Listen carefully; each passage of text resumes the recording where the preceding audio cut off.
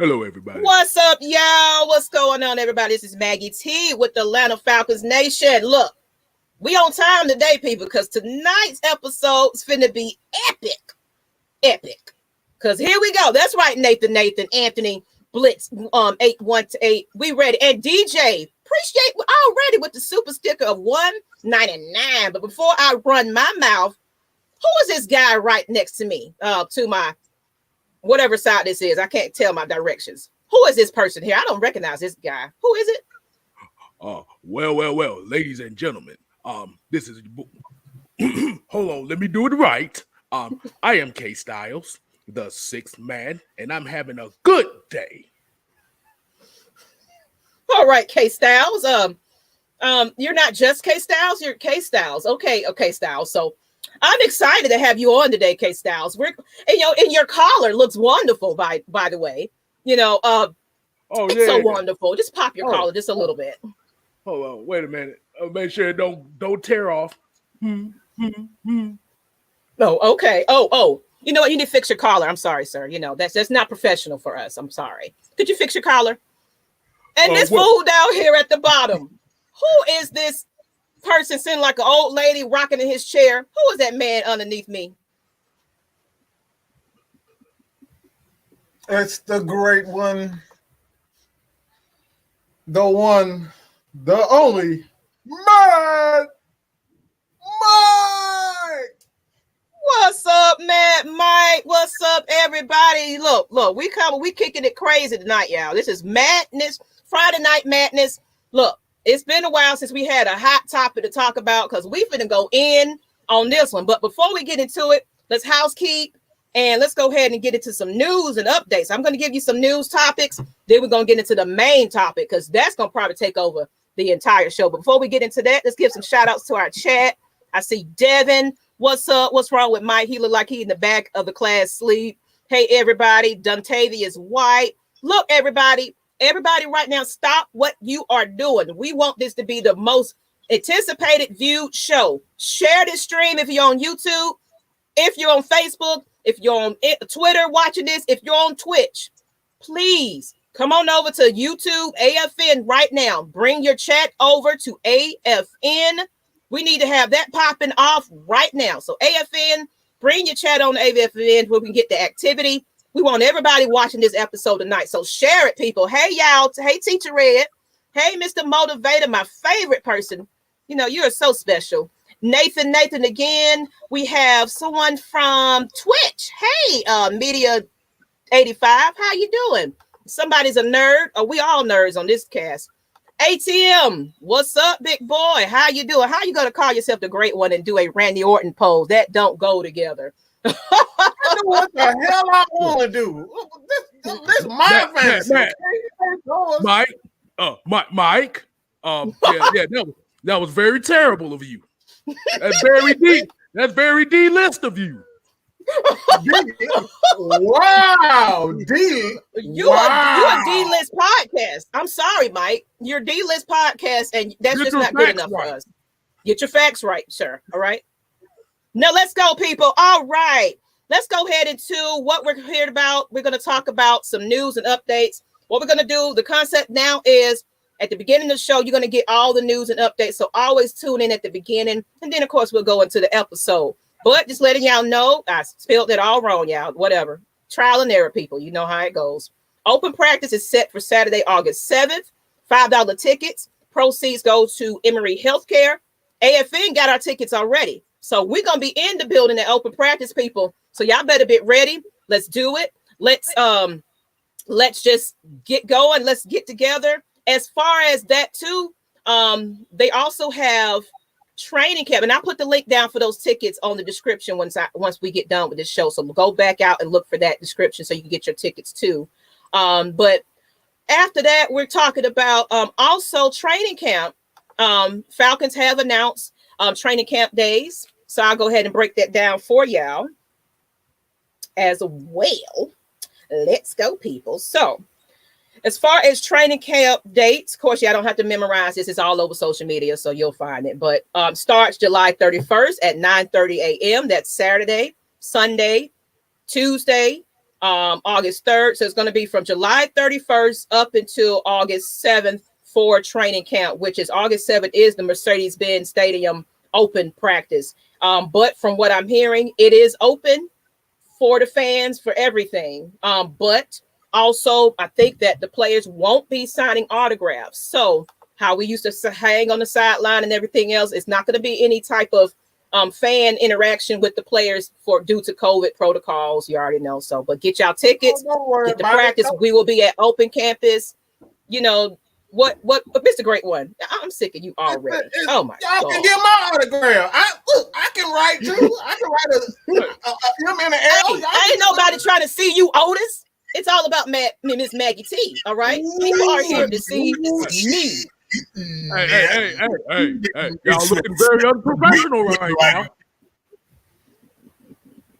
All right, so actually, let's gonna test this out.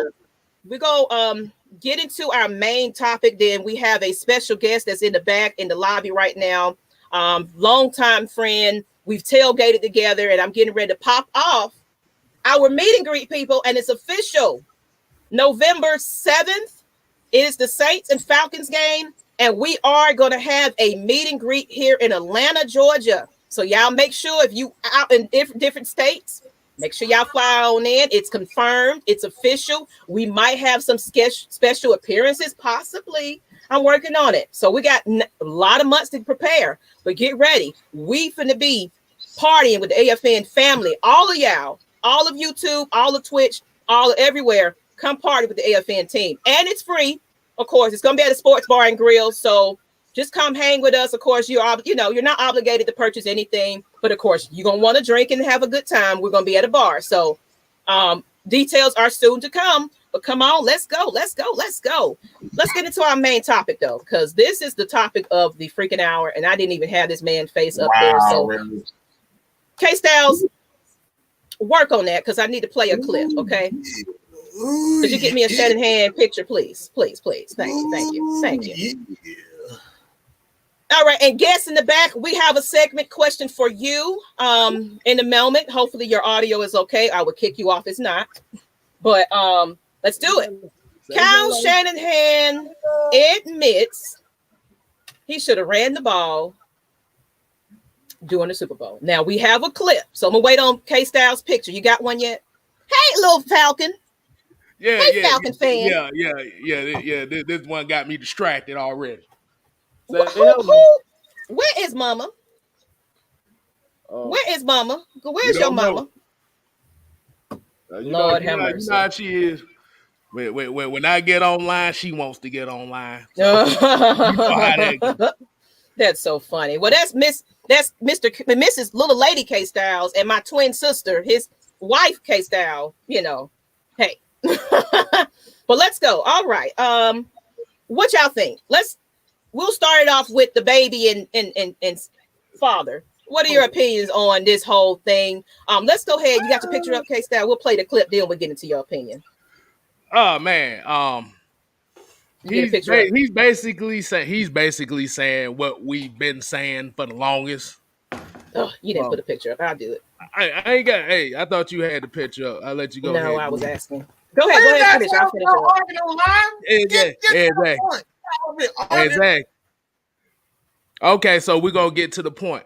Kyle Shanahan, you fucking moron. We've been knew that. Whoa! It's like no shit, Sherlock. Whoa. No shit. Excuse my language, people. I'm sorry. Yeah, I don't have the collar shirt on, so I'm back to regular. So, motherfucker, we've been new. I had to go back and watch the Super Bowl my damn self, and basically, is what you said. And this dude he literally said, we actually ran the ball more in the second half than the first half. I said, where? What the hell are you talking about? I think he was trying to lessen the blow of what he just admitted to. I think that's what it was, because we all watched that game. And sir, all right. Is that hold on? But like I said, I got a picture. So let me see. Is it on here? Yeah. So this basically what we looking like here. We like, so we been knew that. Yes. So what you got, Mike? And then I'll get into this clip. I'm pulling it up in a minute. No, just You'll wait till the clip plays. Yeah, I'll wait because I want them to hear the clip. I want them to hear. All right, let me know if you can hear it because I'm doing it from. Oh shit. Okay. Hopefully y'all can hear it pretty well. I'm on my earpiece, so here we go. Oh, cut it up. Throwing in too much in the Super Bowl with the Falcons. Can y'all hear that? But we ran it more good? in the first half. We ran it more in the second half than we did the first half. It was about not having the ball. But I will say, I sat there so long and watched Tom Brady just pick us apart, 34, 36, or whatever he did. And I remember saying, if we get this ball back, I'm not waiting. We got to go. And we hit this big Julio caught that huge play where it was just like, oh my God, Julio is unstoppable. And we ran the ball, and it got to 2nd and 10. The last time I was down there, it was 2nd and 10. I ran the ball, and they stuffed us and got us to 3rd and 11. Yet we also had a holding call on it, and it knocked us back out of field goal range. So we threw it to Julio. He caught that. I ran it the next play, got to 2nd and 10, and I was like, I'm going right to Julio. And I called a play to totally go to Julio. Right when we snapped it, the coverage took it away. Everyone talks about this. That's like the 1 minute clip. It's a little longer than that. Y'all can hear clearly. Perfect. Yeah. I hope y'all did hear that. Give me a thumbs up, red and black, if y'all heard it clearly. Okay. And the clip is on AFN. If y'all want to find it on Instagram, Twitter, it's all over. The clip is on there if y'all want to go back and replay it. Okay. So find us on Twitter and AFN Instagram. Go ahead, Mike. What you got to say about this? Oh my, that face looked like I fucked up. I'm gonna say this. I originally had something else to say, but I think this is more important.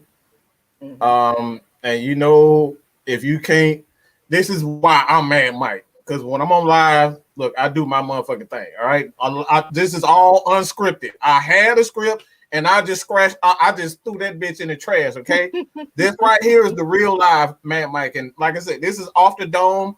And hearing it again, I got another thought. All right, hearing what he said when he said, "I saw Tom Brady ripping our team apart," and I said he took it amongst himself to say, "I'm not waiting."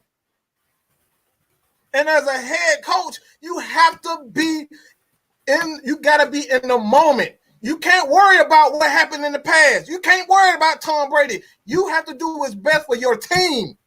He got emotional. He took it away from us because he was in his feelings. He saw Tom Brady doing this. He did this. He wanted to show up Tom Brady. He wanted to show up Bill Belichick. That's the reason why we lost.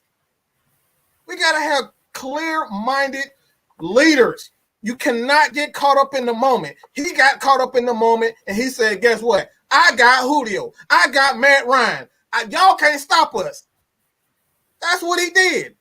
So when it all comes down to it, nothing we did on the offensive side of the ball. I'm talking about on the offensive side of the ball, all right? They did nothing wrong.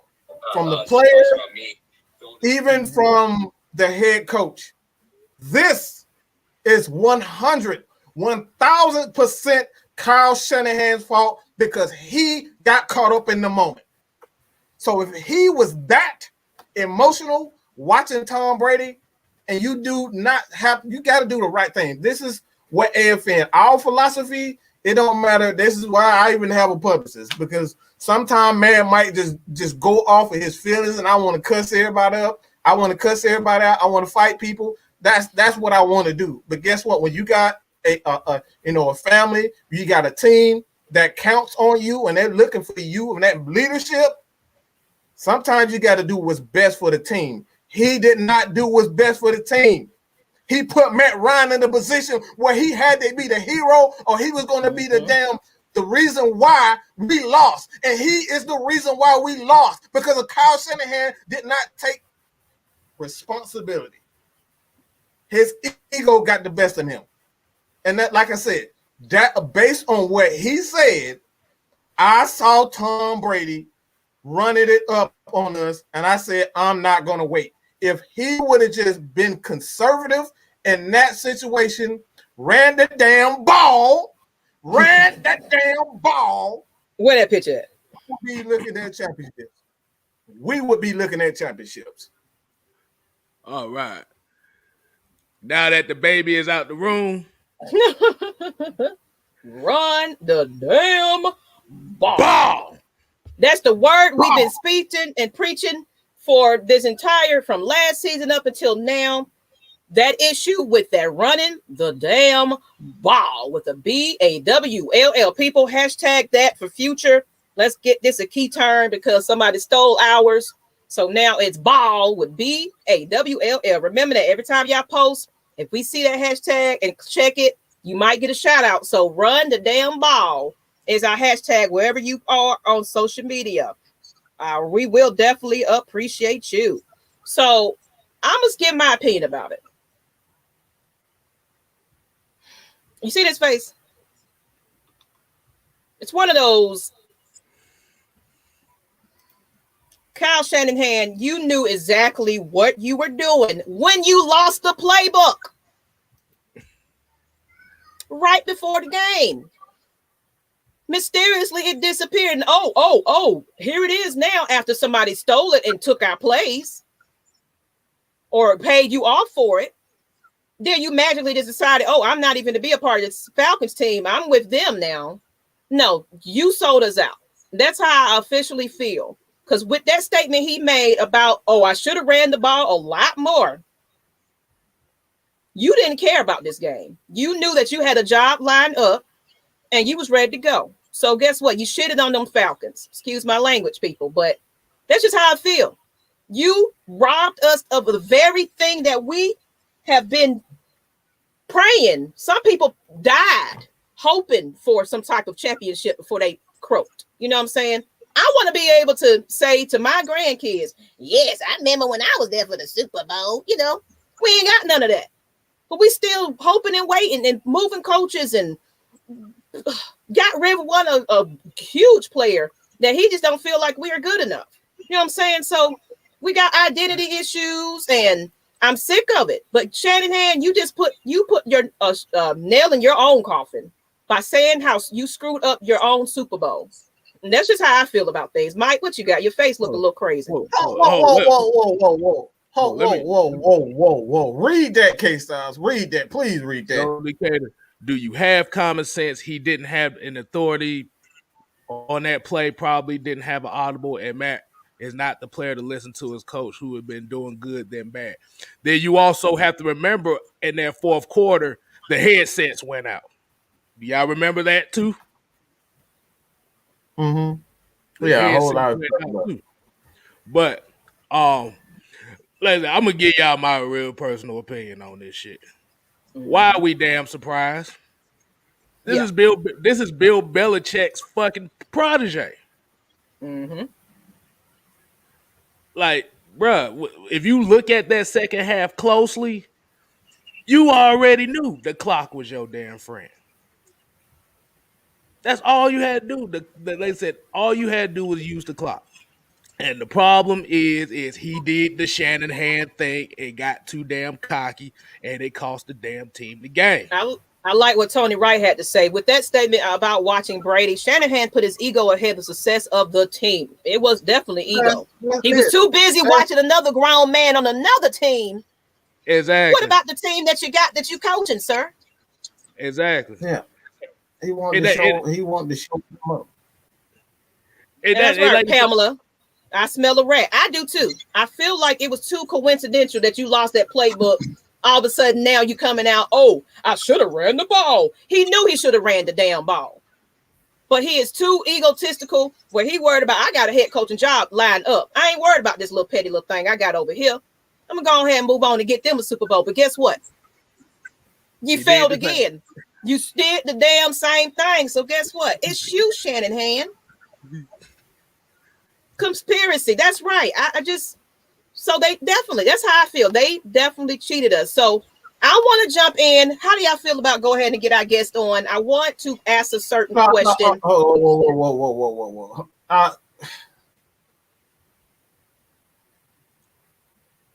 I'm gonna say this. Mm-hmm.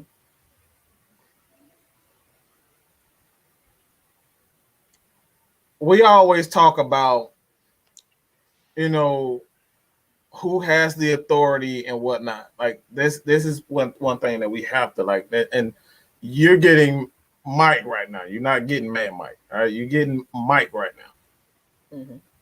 We always talk about accountability. We always talk about the coaches. The head coach has to trust his offensive coach. He has to trust his coaching staff. This right here is one of the reasons why Dan Quinn never trusted his defensive staff. This is one of the reasons why he didn't trust his offensive staff, because Kyle Shanahan took advantage of that. He took advantage of Dan Quinn being a guy that trusts his coaching staff and trusts his players to get the job done. This is the reason why he took over and said, guess what? I'll go back to, you know, this guy because I know I can trust this guy. This all plays into hand. So when you have a coach like Kyle Shanahan he knows he has Dan Quinn wrapped around his damn finger. He knows it. He knows that whether he loses or he wins, he already got a job lined up in San Francisco. So he's good. Absolutely. Mm-hmm. He's good. Yeah. So I'm going to get paid $20 million to go to San Francisco, and they're going to give me everything that I need. Even if I don't win here in Atlanta, guess what? I'm gone. They're not going to see me for the next 3 to 5 years. So it don't matter. I can wait 5 years, and it's been 5 years since he came. Like, it's literally been 5 years since you admitted that you screwed up the Super Bowl. You admitted that you screwed up the Super Bowl. And the worst part about this is the worst part about this. And this is why I'm so excited about Terry Fontenot and Arthur Smith. They don't care about how you feel they should build a team. Mm-hmm. They don't care you want to rebuild. They don't care if Julio doesn't like what's going on. Julio don't like what's going on. You can get the hell on. Absolutely. So he does not care. This is what builds champions. This is why Bill Belichick and Tom Brady got 7 championships. It's because they don't care what you think. We gonna cheat. We gonna bust you upside the head. We gonna get the best player. We gonna fire this person. We gonna record you. We gonna have drones and all this type of stuff. This is what they're going to do. They don't care about what you think. And until the Falcons organization get to the point where I think they do not care what the fans think, because let's be honest, 90% of the fans don't know what the hell they talking about anyway. So why in the hell should the Falcons organization do what you think? They should not listen to Mad Mike. They shouldn't listen to Kstlyz. They shouldn't listen to Miss Maggie. They shouldn't listen to the guest Derek, who's about to come on right now. Don't listen to anybody. This is your team. Do what's best for the team. And that's the reason why Kyle Shanahan is coming out right now. He ain't got no choice. He got to win right now. He got to win. He in the boat where he got to win because he did the exact same thing. And with San Francisco, egos with these coaches, you screwed up. And that's all right. Chris White, pride always gets you in trouble. And Brian Peoples, Kyle Shanahan really screwed up Matt Ryan. He made Matty Ice look like the main reason why we lost the Super Bowl. And this man is still catching flack because of that. Mm-hmm. So now you come out years later with this, oops, everybody. I messed up, everybody. Please forgive me. I didn't know. I'm about to lose my job. Can y'all help me? Be sympathetic. This man I got ate alive by the whole damn fans, media, everybody. Mama, daddy, sister, people, cousin, everybody. don't put the blame on Matt Ryan, and this man wait a whole 5 years to admit that he screwed up the Super Bowl. That is a freaking snake, boy.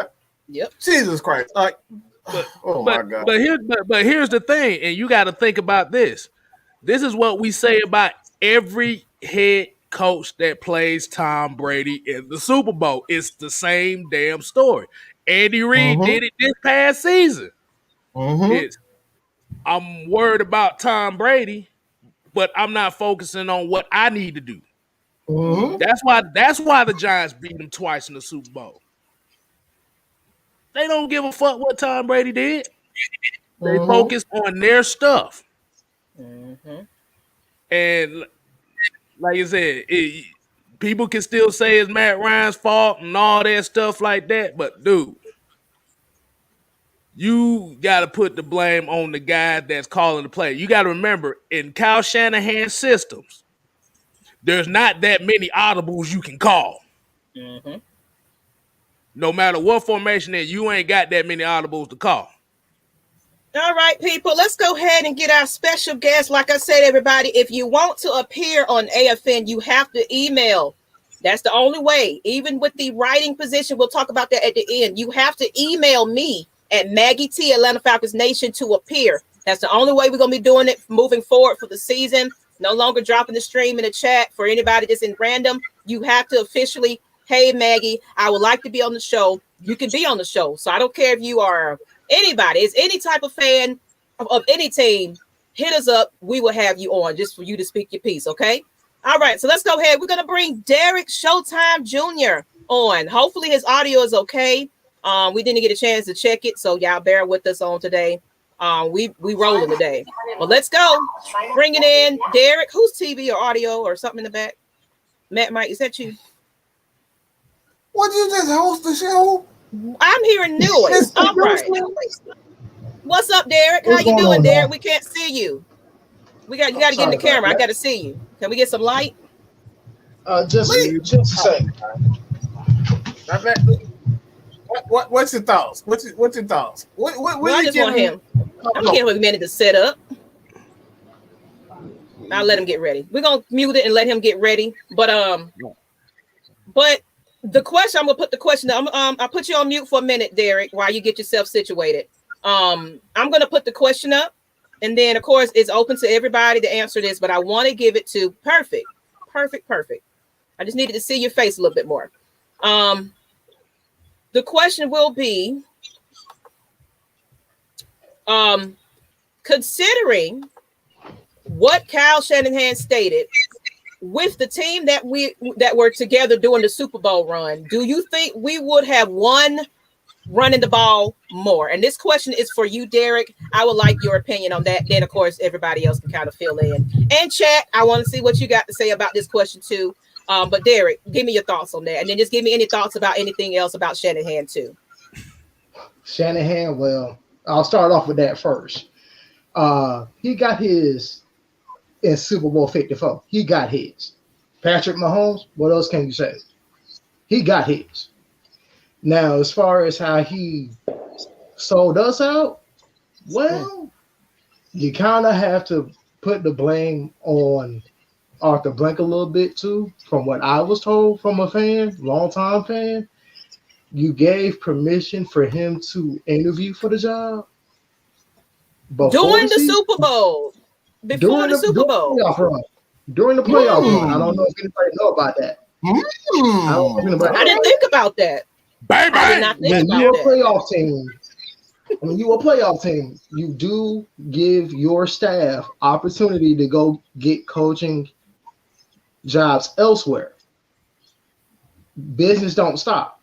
So, I mean, if you approve of that, the team already know you going. I mean, come on now. Can I add something to that, Derek? I'm glad you brought that up, because let's look at the situation. I know this is a Hawks situation here, but look how they handled the Nate McMillan situation. We knew that we wanted to make him head coach permanently, but guess what? Yep. We waited till we even like, I'm gonna have a video coming out soon about what that conversation about that interview. I watched the entire hour of Nate McMillan's speech. But he basically said we were focused on the game. We weren't even worried about John Collins' contract at the moment. You know what I'm saying? We're focusing on the game right there. We're focusing on winning. So the fact that the Falcons entertained that stuff right before we was in that position where we was at, this shows that they wasn't being tactful at this point. It was too much distraction.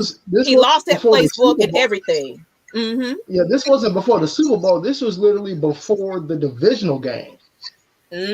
So I don't even remember how that started. Dang. The divisional game. So how it works is, if you're a playoff team and you get a first round bye, you get 2 weeks.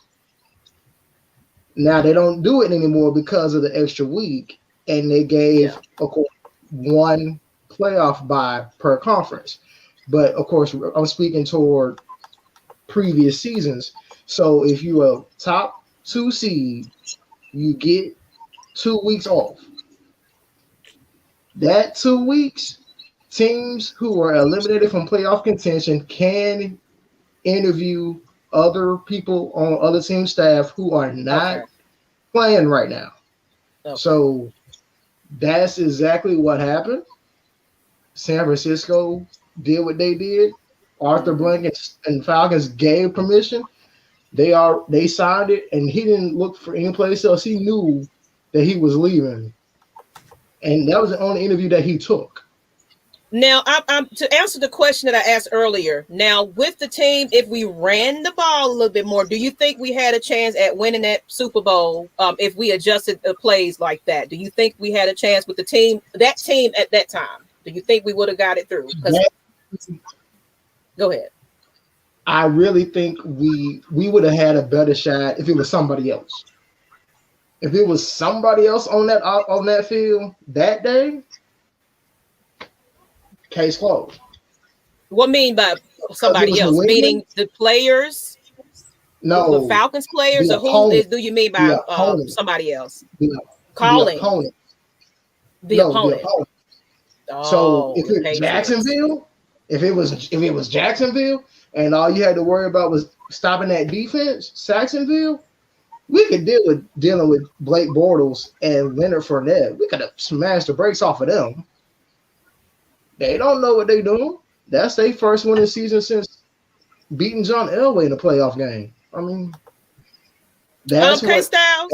Let me ask you, and let me let Kstlyz fill in, and then Mike, if you want to fill in too. What do y'all think with that team of the Super Bowl year? If we would have ran the ball a lot more, do you think that we would have won that Super Bowl based on how it was going before the whole 28-3 flip up? Or whatever it was, whatever we said, whatever it was. I'm so sick of hearing about it. Yeah. 28-3. So what you think, Kstlyz? Yeah. Because if you have to think about it, when you're up 28-3 like that, the clock is your best friend. Like you said, they had to literally change their whole defensive game plan to stop your run. The thing about people will say is, well, they stat 9 in the box, so you couldn't run. Fuck that. I'm gonna keep running. If running got me to 28-3, I'm gonna keep on going, and I'm gonna run the clock. Don't change nothing that's working. Just adjust a little. There was also some injuries that happened, which a lot of folk probably don't even realize. We lost Tico to an ankle injury. Right. We were bad, and we also lost Freeman to a concussion from what. Oh, that's right. So truly, we really didn't have running game depth like we should have. We kind of just ran into the entire season, and then of course that key block where Freeman gave up a sack, obviously bad miscommunication on his part, so he got to take ownership of that. So yeah, what you think, Mike? Same question. No, I don't think that's the reason why we would have ran the ball, we would have won. Obviously, that's not it. It's a team game. That's the same thing as saying, oh, if Matt Ryan would have threw the ball out of bounds, we would have had another chance to do something. Like I don't want to blame one particular side of the ball. Not to say that Kyle Shanahan was the sole reason why we did it. It still comes down to a team game. The reason why I say it does, like, it would have given us a better chance to win the game, obviously, running the ball more, but we still had several opportunities on the defensive side of the ball. Well, we talk about this all the time. We remember the crazy catch by Edelman. All Keanu Neal had to do was just take a penalty right there and grab his damn leg or something. You know what I'm saying? Hit him. He could have, like, somebody in those three. It was three guys around him. He still catch the ball. Nobody even thinks to even hit him. All right, that's one. Was Neal. Two. It was Neal. It was Alford, and I believe it was somebody. I forgot who else it was, but Ricardo Allen. It was Ricardo Allen. All right, but this is two. This is two. That's just one scenario. We're talking about another scenario, and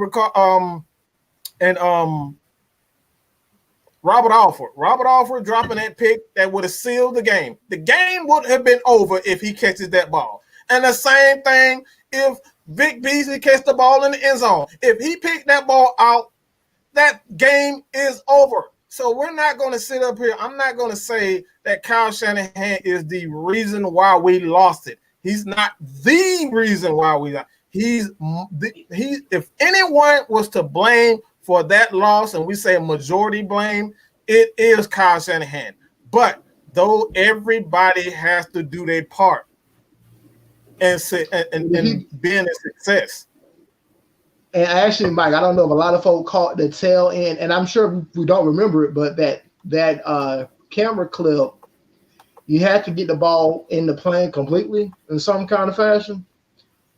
I mean, we kind of ripped the ball out a little bit, and still they were given a touchdown. So obviously, that had to give another replay rule put in place. So now they got to make sure it's 100% in the end zone. So now we'll see if anything were to happen, if that situation were to happen again, you got to be accurate with it. So yeah.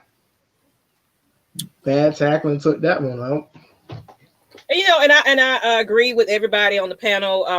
As far as the Super Bowl still winning, I do still feel that our defense, and of course all sides of the ball, I feel like we still had some holes that led to that big flip. You know what I'm saying? So I still didn't feel that we would have won that Super Bowl. We would have been a little closer, but I felt like we was like we do typically do. Fourth quarter, third quarter, fourth quarter. We always switch it up for some reason. We go from what's working. You know what I'm saying? And that was our problem with those Falcons then. So I honestly didn't think we was gonna win that one. Of course, I was praying and crying and all of that, but it is what it is. It's still a team effort. But let's go ahead. Just take a little moment and further, look at everybody in the chat and make sure if y'all just joining on, make sure y'all follow Atlanta Falcons Nation if you're on Mad Mike Sports, if you're on Twitch, you're on Instagram, on Twitter, wherever we at, Facebook. Come on over to Atlanta Falcons Nation. We need more engagement on Atlanta Falcons Nation. We need comments on these videos. We've been dropping y'all some gems lately.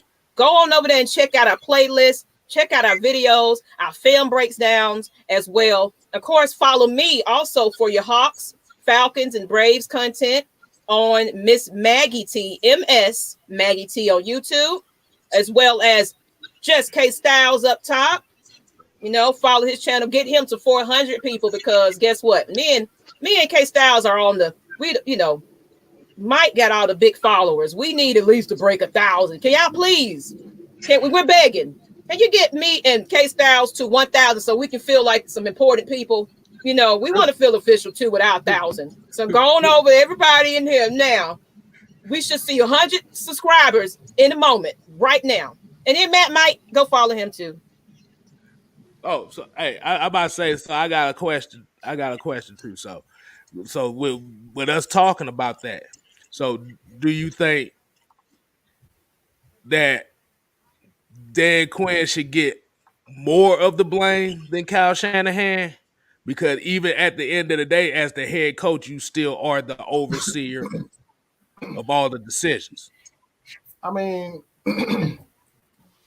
what a lot of people don't know about the coaching staff, and I always say this, yeah, it all falls on him at the end of the day, but you still have to trust your coaches. You don't hire your coaches because you don't trust them. You hire these guys because you trust them to do their job, and you're not going to handicap. I would never handicap Maggie. You know, it's like, okay, Maggie, I think you one of the best hosts. You know what I'm saying? And I'm gonna only give you authority to do such and such. Like you don't put limitations on guys that you put in leadership positions. You don't say Absolutely. Matt Ryan. You need versatile people. Mm-hmm. You know what I'm saying? So I don't think it's necessarily he gets all the blame at the end of the day, but it goes back to it. Kyle Shanahan is a well coached coach. All right. If you understand what I'm saying about that, he understands. His dad was he trained Bill Belichick. All these guys learned from Bill Parcells and Bill Walsh. They come under that same umbrella. So when it all come down to it, does Dan Quinn deserve all the blame? Absolutely not, because that's what leaders do. All great leaders have someone behind them, at least 3 to 4 people that you trust with your lives, and they are the one who let this team down. But at the end of the day, Dan Quinn has to say, all right, this shit ain't happening no more. All right. Even if we're already behind, we got to say, look, we can't keep doing this. And that's where we say that he went wrong, is that he did not say, okay, this cover 3 ain't working. We need the blitz. That's where I say he is at fault, because he never changed his scheme. It's been the same scheme for the past 5 years, and that's where I say his fault lies. Okay. The only reason why we're going back to that running the ball question is because we have to remember that Falcons defense was on the field for almost 100 plays. Mm-hmm. Mm-hmm. Oh yeah, conditioning plays a part. Right. So that's why we say about running the ball would be important, because it gives the guys the chance to rest. And then also you have to look at the discipline part behind it as well. Because remember, Jay Matthews got hit with a couple of them holding calls in that fourth quarter that cost them drives. Why do you think that? Why do you think that though, Kstlyz? Like I said, that's just like what we say, Mike, the small integral details. Mm-hmm. But look, listen to what you just said. Listen, hold on, wait for a second. Listen to what you said. Running the ball. We were running the ball. All right. Right. He's making offensive linemen, when they get tired, what do they typically do? Hold. Actually, there's something that I wanted to. That's it, bro. If I could, there is something I thought about. Mm-hmm. You ever thought about the fact that we scored so quick 3 times? We scored so quick. So the fact that we were striking so quickly, I'm thinking, can you really keep up this pace for 60 minutes? Mm. I mean, we scored so fast, you couldn't blink. Right. But at the same time, even though we were scoring quick, like I said, you still had the offensive line going forward. Like I said, we was running, we was balanced. We had a balance when we were scoring. So it wasn't like it was we were passing. Oh no, I get that part, but I'm just saying the defense didn't get the long, steady drives to rest if we were going to score so quick. I mean, the defense actually did. It's the third quarter. Like, as people realize, like, that one thing we got to realize, that this game, we lost the game in a quarter. We're talking about 18 minutes of a football game. So we ran the ball quite well. Where we went wrong in is that execution. This is something that we always talk about here on Atlanta Falcons Nation.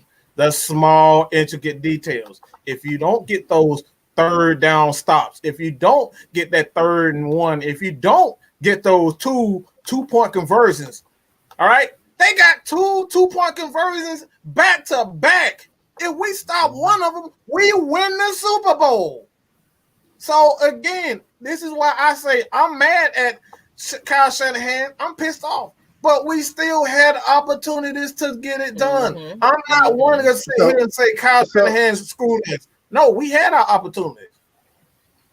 So offensively, yeah, blame Kyle Shanahan. But what about the D coordinator? What happened to his knowledge per se? Because wasn't he supposed to be pretty damn good? They had opportunities. I hear what you're saying. They had opportunities, and that's what I'm talking about. They didn't get those picks. They didn't get those third down stops. They didn't get those 2-point conversions. If you stop those two-point conversions, we win the damn Super Bowl. So I'm not going to hear and say, oh, Kyle Shanahan cost up the Super Bowl. Yes, I truly believe that he conspired to fuck us over. Because when you look at all the details and like, look how like not even 2 weeks passed and this dude is in Indianapolis with Bill Belichick smiling and talking about, you know, what you should have did, what you did wrong, and then the next thing you know, him getting a second round pick for the quarterback. Like hell yeah, we know what you screwed us over. But they still it takes two to tango. Just because they cheating, just because they is conspiring, does not mean that we cannot stop it. We did nothing to stop it. We had our chances.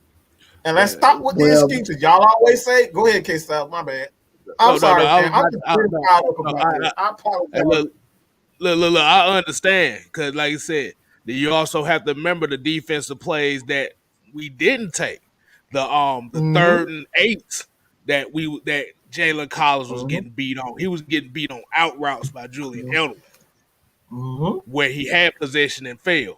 Then you also had to look at James White has the Super Bowl record for most receptions by a player. When when your opposing running back catching 15 passes, averaging almost 9 yards a catch, that's to tell you something that your defense is not being aggressive anymore. Because remember, he didn't really get all his catches until the second half because the first half they were trying to run blunt force trauma on us, and we knocked the ball out of his hand twice. Yep. So, like I said, it goes both ways. Like I said, at the end of the day, the whole coaching staff kind of they all got to hold an accountability on the failure of what happened in that Super Bowl. Like I said, you can say the players have to execute. One thing I want to mention, I was getting a lot of feedback from this years ago. I had somebody ask me, why wasn't somebody trying to motivate somebody on the sideline to keep doing what you're doing? How everybody just sitting back with their hands in the pocket, like, okay, we got this thing in the bag. Like, great point. Right. I say that all the time. That's a great point. No, I mean, like, if you look at Belichick, he's going to ride you and motivate you for 60 minutes. Dan Quinn was supposed to be doing that. Didn't do it. Dan Quinn was a cheerleader. All he cared about is rise up. We're gonna rise up in brotherhood and everybody. But he didn't practice it on the field. Well, think about it. It wasn't no brotherhood on the field, honestly. Well, think about it. Was it his fault that? And I'm bringing up Super Bowl 49 on this. Was it his fault that Russell threw that Super Bowl away and didn't run with Marshawn Lynch? Was it his fault, or was it the whole staff? Because he couldn't control that situation. This one was his. That's why we're talking. That's why. Go ahead, Kstlyz. My bad. My bad, man. But that's what we be talking about. Like I said, if you look at every Super Bowl Tom Brady has been in, the number one consistent thing that's been going on is that the coaching staff always goes away what works. Except for Super Bowl 52. Except for Super Bowl 52. Well, Super Bowl 52. Yeah. You talking about the which one? That was the one against the Eagles, right? Yeah, the Philly special the second time. Yeah, Philly the second time. You couldn't do nothing with that. That was a shootout. That was like they got lucky. Like I said, man. One thing I always say about the Patriots, is that they play in one of the worst divisions in the universe. So they have. I'm talking about one of the worst divisions in the history of all sports. Like that division is trash. Every team in that division. No, that defense is still trash. I still don't see Buffalo going no Super Bowl. I just don't believe that team. Like you talking about. We always talk about like giving these quarterbacks and label these like Carson Wentz he had the exact same season that Josh Allen had, and you see where he at right now. He's in Indianapolis. So I'm not one to sit up here and like praise quarterbacks for having a single season. Like Matt Ryan has been doing this shit for 13 years. All right, killing it since his first throw. So I'm not impressed easily by quarterbacks. I'm not impressed by. I followed Matt what Ryan I mean by that in college. So yeah. Yeah. Like I said, man, it all comes down to what Kevin was talking about is that coaching staff, they have to trust their offensive coordinator. They have to trust the defensive coordinator. And at that point in time, Dan Quinn was the defensive coordinator. So as far as the defense is concerned, that's his loss. I don't necessarily see it as his loss because, like, even like I said, we had opportunities. You can't say that it was his fault. We had opportunities to win. We had opportunities to take that game away from them. So, regardless of the fact that he played the cover 3 that everybody hate, they still had opportunities. Grady Jarrett had almost look. I say he had a 4-sack game.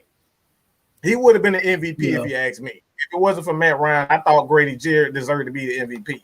But that's just my opinion. They had opportunities. So I'm not going to blame the defense for that. You got to blame the players. You got to blame everybody. The players drop balls. They drop interceptions. They got he made adjustments. He took Jalen Collins off and put him on the other side. The Patriots they just went at him. That's all. That's what it all comes. The Patriots players made adjustment. They made plays, and our players did not make it. Our coaches did. It was a team fail. But I'm going to say this again. If we had to point the finger at one particular player or person, it goes all on Kyle Shanahan because he can increase our likelihood. It was like a 91% chance of winning the game if we just run the damn ball out. And that's it. Just run the ball. You increases our chance of winning. They had like 2 Las Vegas. Bro, I just pulled something up. Remember, in that game, Tom Brady threw the ball 62 times. And see, 62 times. And 14 of those went to James White for 110 yards. That's the adjustment that Mike was talking about. They knew that they was getting the Tom Brady, so they said, damn that. We finna get the ball out. We finna let James White go in here and do what he got to do. Because I'm looking at the receivers. They like I said, Edelman had a pretty much average game. Pretty much everybody and Malcolm Mitchell had one of those big catches in that fourth quarter too. We not forget about that. The one that he caught on what was it? I think he caught that one on Robert Alford. I don't know if it was a damn hitch route on the sideline that kind of led to that last touchdown they got before. Yeah. So. All right, and then we don't gave us a whole hour of the Shanahan craziness. But we're gonna get into the next topic. But let's get into some comments. See what everybody got to say right now, because I've been highlighting a few of them. But let's go ahead and Jimmy Grant showed us DQ wasn't the reason for the success in Seattle. The Legion of Boom was just that damn good, despite Dan Quinn. I see a comment from ATM. Mohamed Sanu was pumping up in the sidelines, but then Taylor Gabriel said it's Tom Brady, though. Go back and watch the Super Bowl mic'd up video. Wallace Smith says we showed Brady the same defense down the stretch, and they realized that we couldn't stop the pass to the flats to the running back. Yeah. Nuka. Stop that. You want to go to that one? Stop that. Go right back to that comment. Look. You're going to see the same, and nothing in the NFL. We keep saying this over and over and over. Nothing in the NFL is different. They're going to see that. All right. Tom Brady, they didn't have a choice. Let's stop trying to say that Tom Brady them made an adjustment. They had no choice. They couldn't run the ball. If they run the ball, they're helping us. So they had no other alternative than to throw the ball. So again, I understand that everybody wants to blame this person and that person, but it all just come down to it. It was collective effort and a loss. And let's just live with that. And Noah said, Nuka, I'm sorry, ATL, join you guys late, but listening live and direct from Toronto. Okay, then. Love all the things ATL, GSU, alumni, go Falcons. Okay, Nuka, are you new? You're a new face. Subscribe if you haven't already.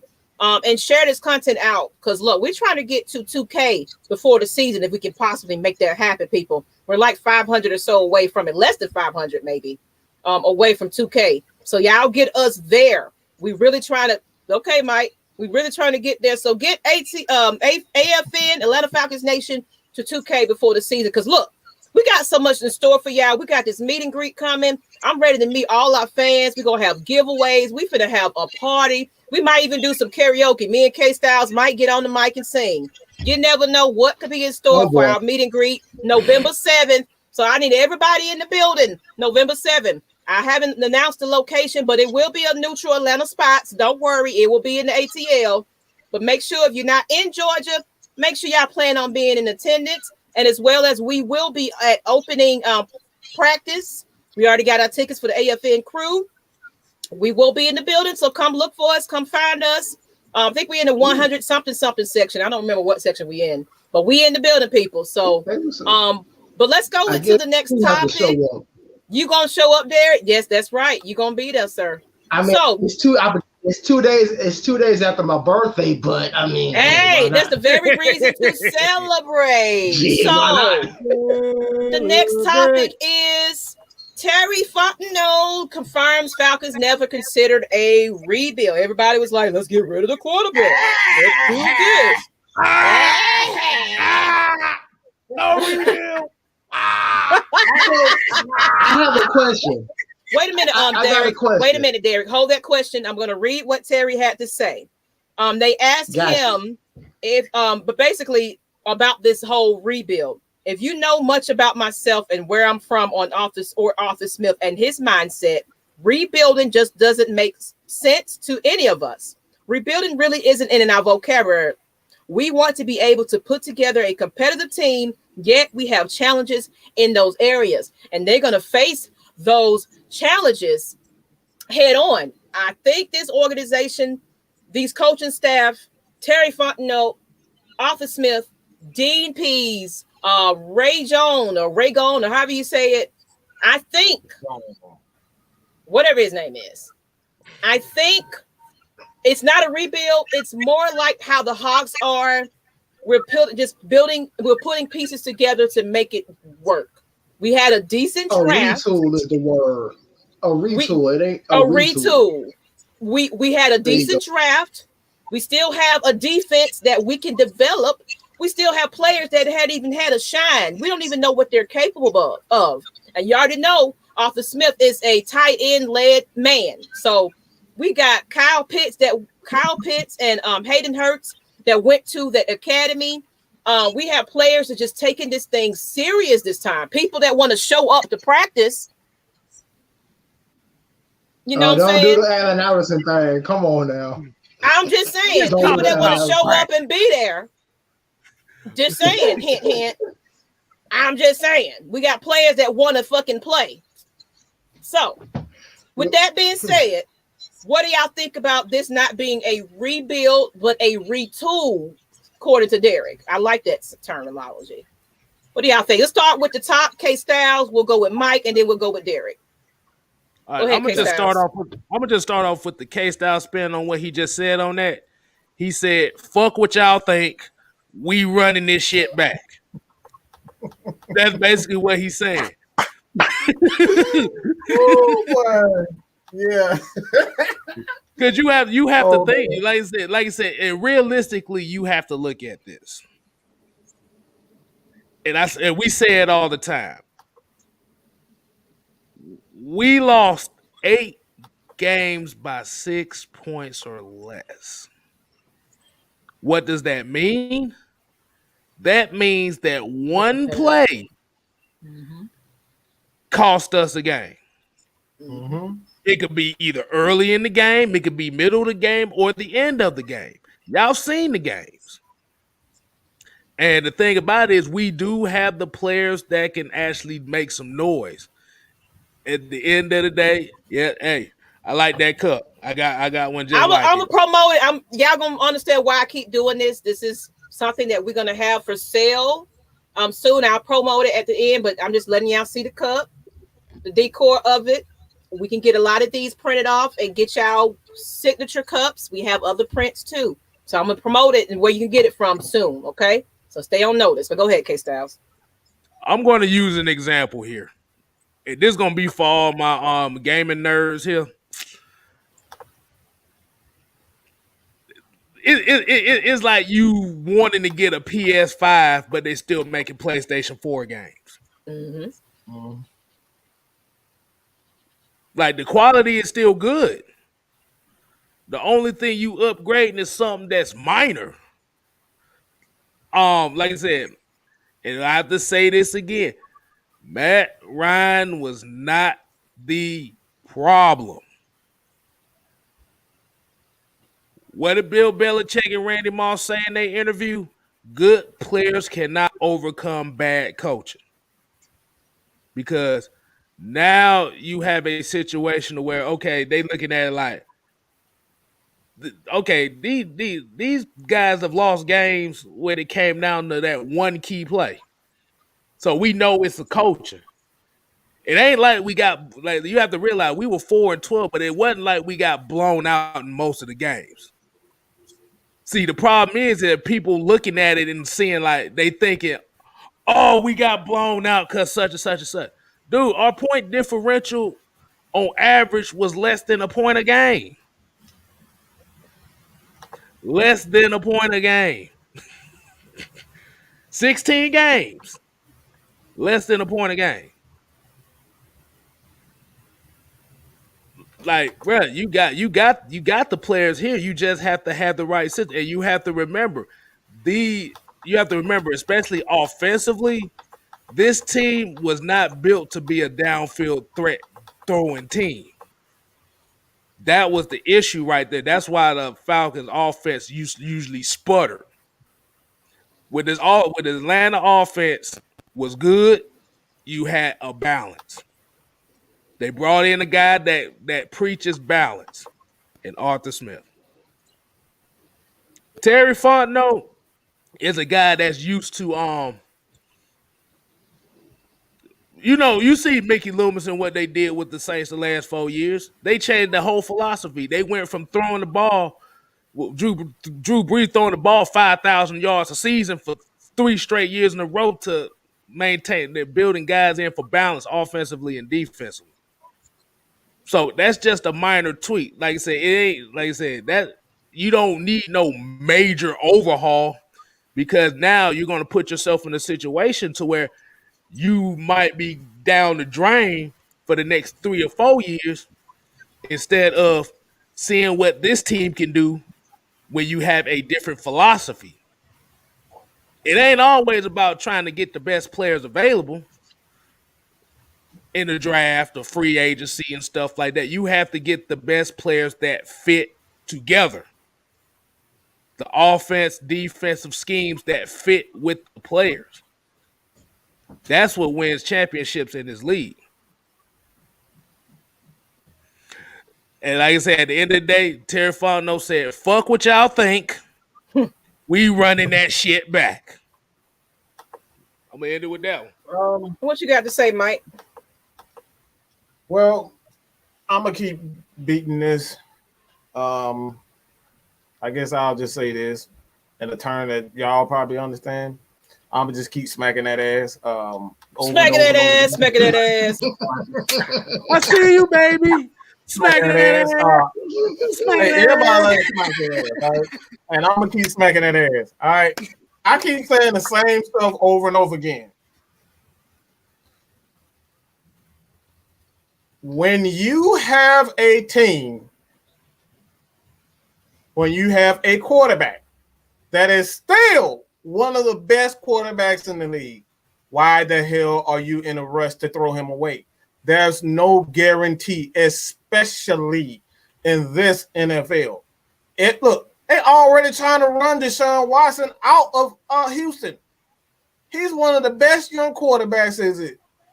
Kyler Murray. They give him all these damn weapons, and they still ain't won nothing. All right? Dak Prescott. They done gave Dallas Cowboys, they done gave Tony Romo all the weapons in the world, the running game, the defenses, the offensive line, and they ain't won nothing. They ain't won nothing in 30 years. They ain't won nothing. Let me do the D-Lo on y'all ass, okay? I got to do the D-Lo You on y'all. better They fucking ain't won nothing. recognize. They ain't won nothing in 30 years. And we still up here trying to get rid of Matt Ryan, and he's still one of the best quarterbacks in there. You know what I'm saying? That's what. No, it's not another story, Paul Durant. It's not a whole nother story. They don't want that guy in there, okay? They don't want him in there. A lot of times what we don't understand behind the scenes is that sometimes teams cater to that one player because they're superstars. This is what we see against the Steelers with Antonio Brown. They ran the whole system because they wanted to satisfy him. That we ran a whole system here in Atlanta because we wanted to satisfy Julio Jones. They ran a whole system in Houston because they want to satisfy Deshaun Watson. And balance, okay? Balance is the way you win games. We've seen this time and time again. Why do you think the Ravens are one of the most boring teams in the universe?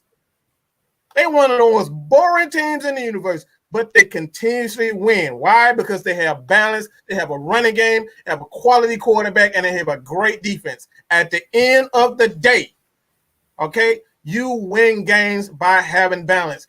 All right, Tom Brady. And when you talk about why isn't he the all-time touchdown guy, why isn't he the all-time passing guy, he done played 20 years. And why he still ain't the top of almost every quarterback position, it's because he's had quality defenses. All right? Hey, Mike. It takes a team effort. We have a question right here from Sid Falcon. We declined Hurts' fifth-year option. Should we get him back if he has a good year?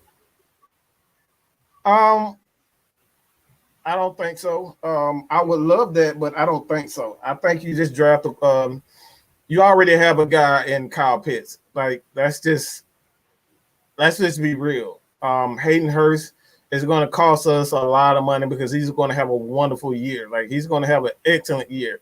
Even if he doesn't have an excellent year, I don't think it's worth bringing him back for the veteran minimum, which is going to be at the very least $5 million. At the very least $5 million for a tight end of his age and his caliber.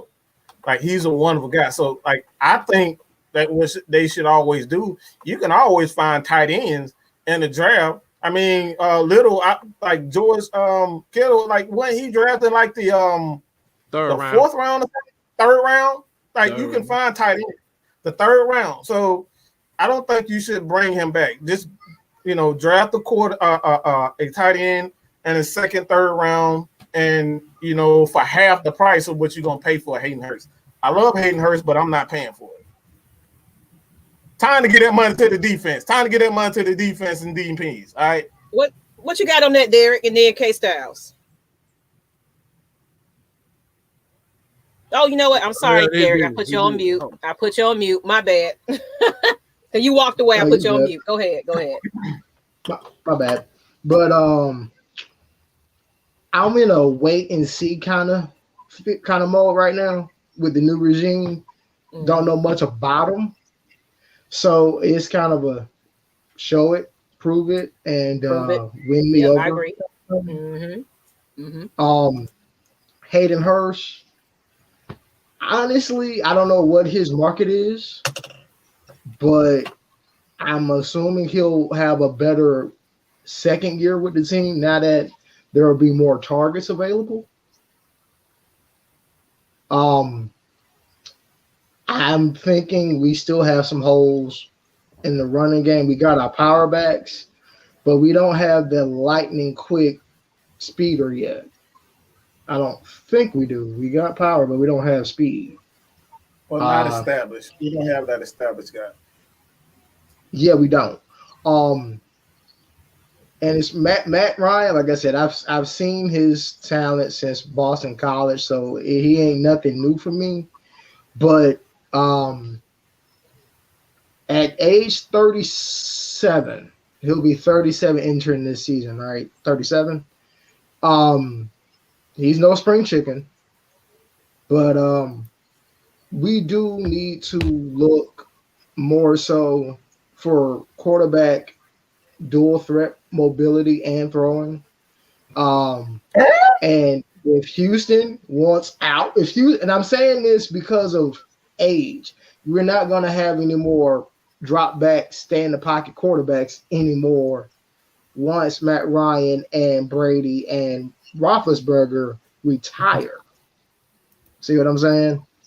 So if Deshaun Watson is cut from Houston and is on suspension from the league for about a year or two, and if he's not locked up somewhere, I say take a look at him. He'll be 26, 27. He'll still be in the prime of his career.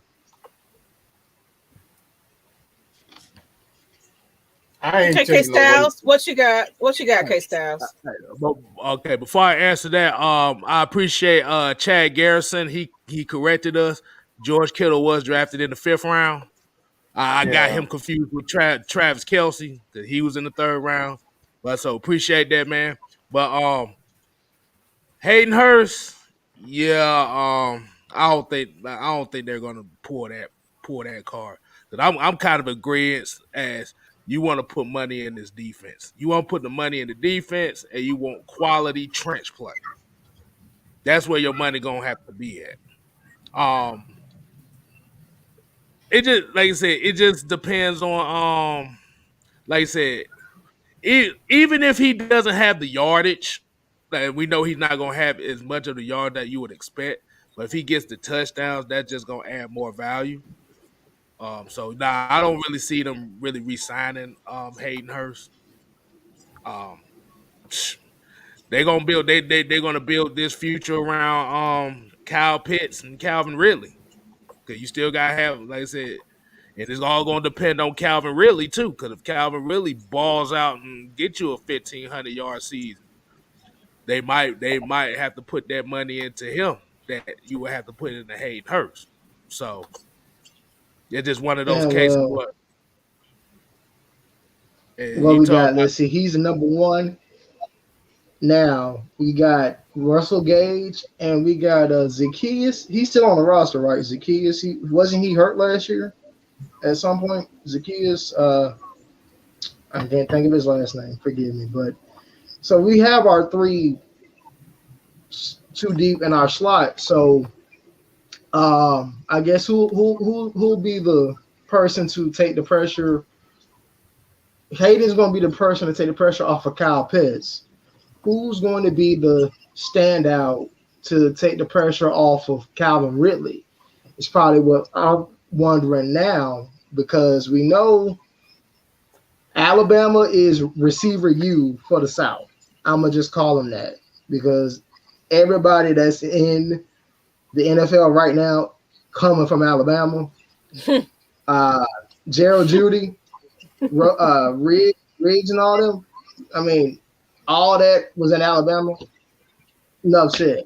Running backs too. So I mean, I'm wondering who's going to step up and take the pressure off of Calvin Ridley now, so that he don't have to do what Julio did.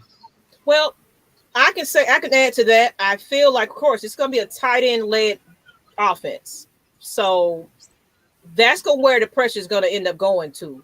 We're going to have multiple tight ends that's going to step up to the plate at this point, because that's just what Arthur Smith is all about.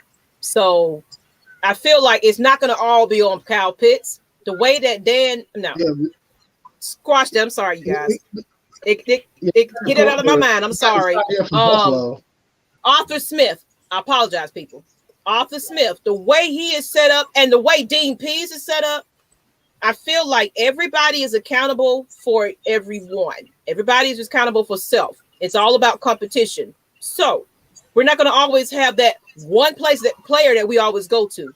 We're going to use every single talent on that squad, period. Defense, offense, whatever. It ain't just going to be relying on Calvin Ridley. It's going to be other people that's going to step up to the plate. I feel like, of course, we have to wait and see, like you said, Derek. But I feel like we're going to see some people that we haven't seen in the back that's going to make some differences on this offense, on this defense, moving forward. Because guess what? He makes them redo a play if they fuck it up. That's what Arthur Smith is all about. If you mess it up, the entire team is responsible for running your routes because you messed that game up. So guess what?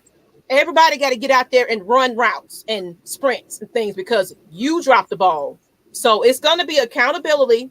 It's going to be competition in the positions. So you ain't just going to have one wide receiver that's top. You're going to have other people competing for that spot. You're going to have other tight ends that's going to compete for that spot. You're going to have defensive players tackling and getting their numbers up because it's competition now. It's no more about favoritism. It's about accountability. And that's one thing I like about this new organization. So I'm excited. I'm not saying Super Bowl, but kind of like the Atlanta Hawks. We're going to get into the Atlanta Hawks. We are Don't put that pressure on nobody right now. Exactly. Don't put the pressure on nobody because see, Super Bowl, and I said I can't speak for that. That's an 18-year drought between Super Bowl 33 and 51. Now, a lot of people, and we know you said about the Hawks, y'all. We're going to the finals. Hold up, what we just accomplished for a new regime should be the building blocks to get prime free agents right now. People gonna want to play with Trey. That's a no-brainer. Even though this is a Falcons thing, we got to plug in the Hawks on that one. But no, we're gonna get to the Hawks in a minute. We're gonna get to the Hawks in a minute. But yeah, if you build the right way, and we have a successful winning, just start with a winning season first. Get that first. But the challenge that we're gonna have is one less preseason game, an extra regular season game. So there won't be a 500 record this year. There's going to be a odd even record. So 8 wins will be considered a win, but if you got 9 losses, technically it's a losing season. So we have to adjust to that extra regular season game on schedule. Okay, let me cut you off right there, Derek. I want to get into this. Dwayne Bodie, $10 super chat. He didn't put a comment, but I want to highlight the $10 holla. We ain't got no bail Utah Sports. We'll dance for the super chat. Yeah, super chat. Ripping the grave. Don't mind me. I'm just him. Don't mind me. From the front to the back, ripping the grave. Thank y'all. Look, sometimes I get in my zone, and I might talk some gems. I ain't on the debate thing like these guys. You know, I'm just a news person, but I know a little bit. I know a little bit. I ain't on Mike and KSTYLZ level and Derek, but I know a little bit about my Falcons. So appreciate y'all. Because I'm passionate. This has been a long lifetime. I'm a Grady baby. Atlanta Falcons have been in my DNA forever. You know what I'm saying? But let me go ahead and promo for a moment before we get into some more questions. We're going to open it up to the Q&A at this point because we thank y'all for hanging in with us. But go ahead. If you just now tuning in, please go to Atlanta Falcons Nation YouTube. We're trying to get to 2K before the season, people. Can y'all get us there? Go ahead and subscribe, share it to your people. Let everybody know that we are the nation, including our fans, as well as follow me on Miss Maggie T. That is MS Maggie T. I do Hawks, I do Braves, all of that. We have Summer League coming up. We'll get into the Hawks content in a moment. But that's all I got on that. KSTYLZ, go ahead and plug your channel. And then Matt Mike. Hey, like you said, remember, just KSTYLZ. Fuck with me. Like I said, I'm 67 away from 400. We trying to get there now. I'm like I said, help me, help you, help me, help you, help me, help you. You get good content and you help him. Hey, look. I'm about to say, if y'all don't get the reference, I'm referencing AJ Brown to Julio Jones. Just to let y'all know that. Help me, help you, help me. $10. And Matt Mike, go ahead and plug yourself. Fuck, I need to plug even though he don't need no introduction. You know what? Never mind. All y'all 5,000 people, go on over. Everybody that's watching, all 5,000 of you, we need all y'all likes and subscribes. Go on over and get me, Miss Maggie T, and KSTYLZ to 1,000. Y'all can do that for us. Look, we're gonna have plenty of giveaways at this meet and greet. All the donations and proceeds will go back to you guys. So we're gonna have good looking cups and maybe possibly some more merchandise. Stay tuned, people. We got some new announcements coming up for the new season. But look, we're gonna make sure y'all all right. We're gonna have all kinds of fun for that tailgate. November 7th. Please mark that on your calendar. If you're in the A, plan to attend AFN's meet and greet. Don't forget it. And we'll be at open practice August 7th, that Saturday.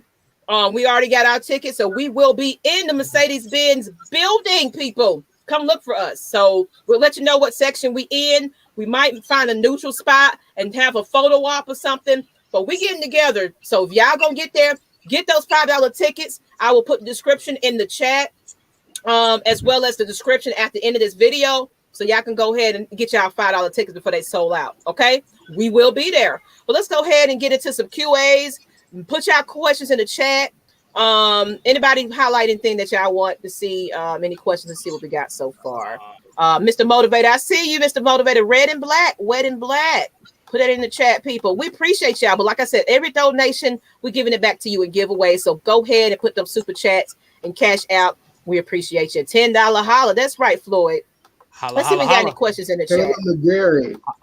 Holla. Any questions? Go ahead. This is your portion. You had a question somewhere. Do y'all think Caleb McGarry will improve this season? Will he improve this season?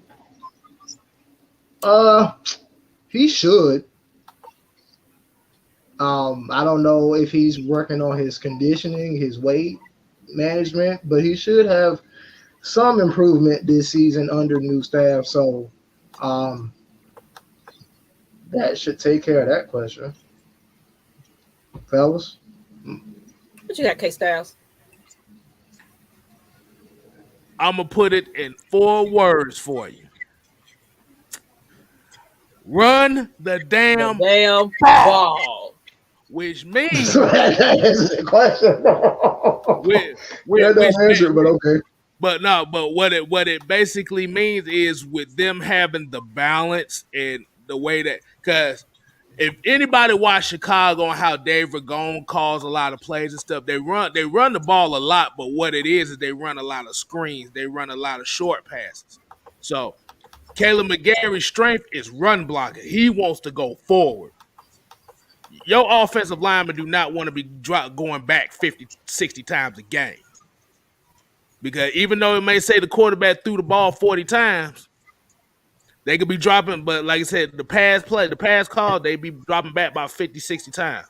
So I think with the balance, Caleb, you will definitely see a better Caleb McGarry because that's what he wants to do. He wants to put hands on people. That's what you brought him in here for. You didn't bring him here to be a dominant pass, but you brought him here to put hands on people. So improvement, yes. What you got, Matt Mike?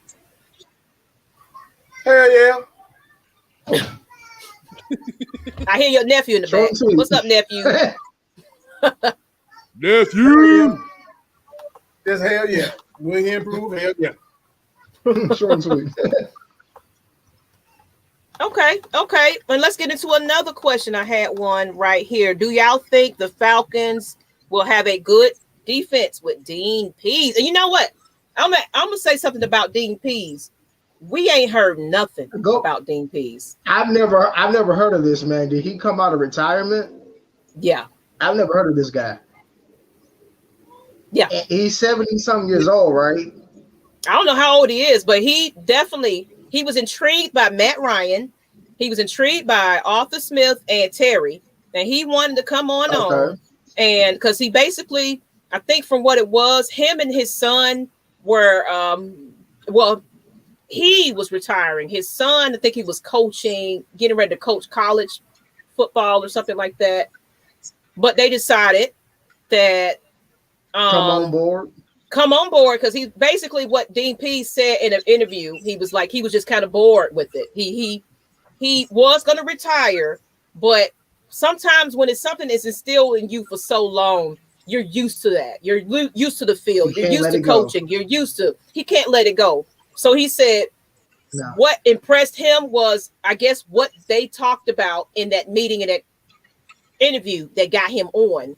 He was intrigued by what the Terry and Arthur are bringing together right about now. You know what I'm saying? He was excited about that. So I think it was attractive for him. I think it was attractive because I think, in my opinion, I think that Dean Pease is probably going to give us 1 or 2 years. And then he's going to maybe, I think, go out gracefully. Is going to go out gracefully and coach his son for that position.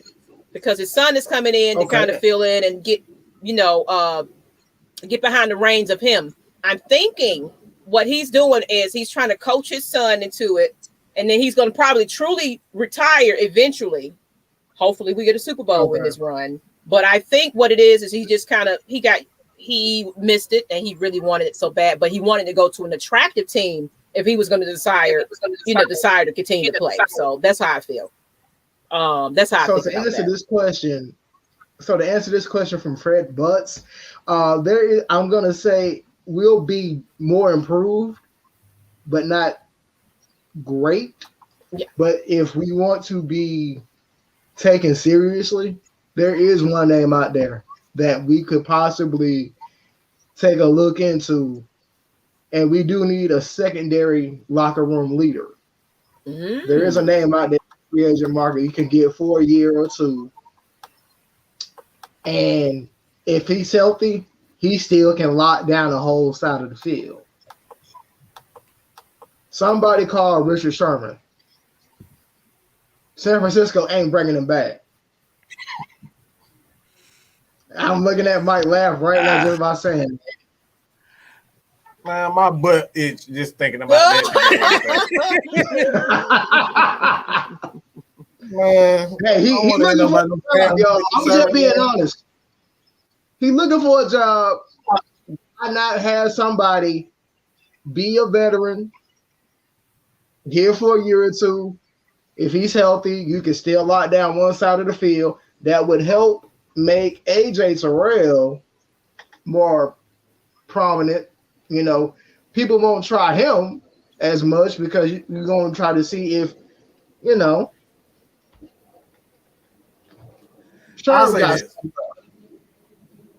I'll say this. Because it's still a problem. I don't believe in bringing in old corners. Like, I'm done with bringing in old corners. So that's a hell no for me. Just anybody, not just Richard Sherman. I don't want to deal with no old corners. Because most of the time they don't complete the season. Like we saw what's the corner from Cincinnati we brought here? Cincinnati. We brought him in and he got injured. You know what I'm saying? Like, I'm just done with all these old ass people. Like, let's just be honest. I'm done with all these old ass people. If you're not a defensive lineman and you know at this point you're a specialist, bringing a Justin Houston just to be the pass rush specialist. I don't want any of these old guys to get a significant amount of snaps. Like, that's nope. I'm done with that. Because all you're doing is taking away opportunities for guys like a Isaiah Oliver, Kendall Sheffield. You got Darren Hall. You got all these guys that need opportunities to get their job done. You know what I'm saying? Like, to improve as a player. So you keep on bringing all these old players that, like, that's essentially taking away, taking away food out of a baby's mouth because you're trying to feed this old man this old woman, old person that's dying already. Like, he's already in the hospital. So why are you still trying to feed him? No. I mean, that probably sounds crazy as hell. Like, that probably sounds crazy and disrespectful, but like, he's already out. Like, he's already a hospice. That's kind of low. Like, don't do it. Oh, I'm just saying. Why y'all doing? That's my thing. That's my thing. And like I said, I hope I'm not being disrespectful. I probably am, but the hospital was a big much, bro.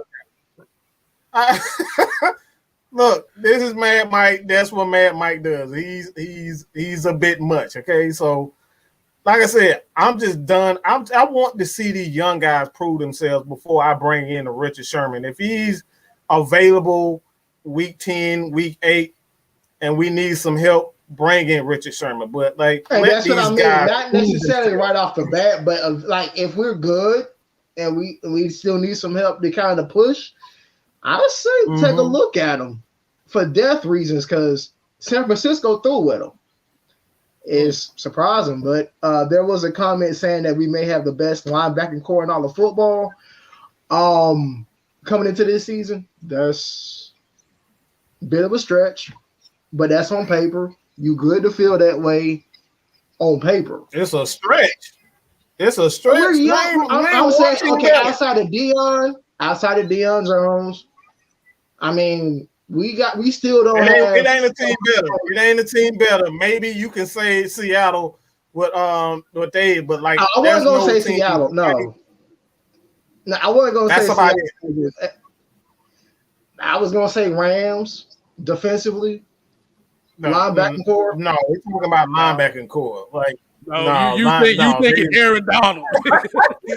What you thinking? Yeah. Aaron Cleveland possibly. Hey.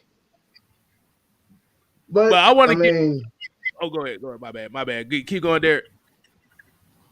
But no, just to say that on a rebuild, on a retooling team, that's a bit of a stretch. You don't know who gonna shine in what way on this new defensive scheme that we're learning. I say you'll see improvement in year 2 under this scheme than year 1. You're still gonna have tendencies that you're gonna be untrained to do from Dan Quinn and company. So year 1 is gonna be the learning curve. Gilbert, that's Dan Quinn. Yeah.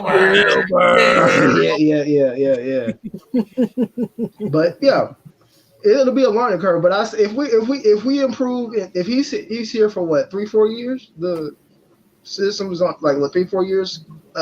Smith.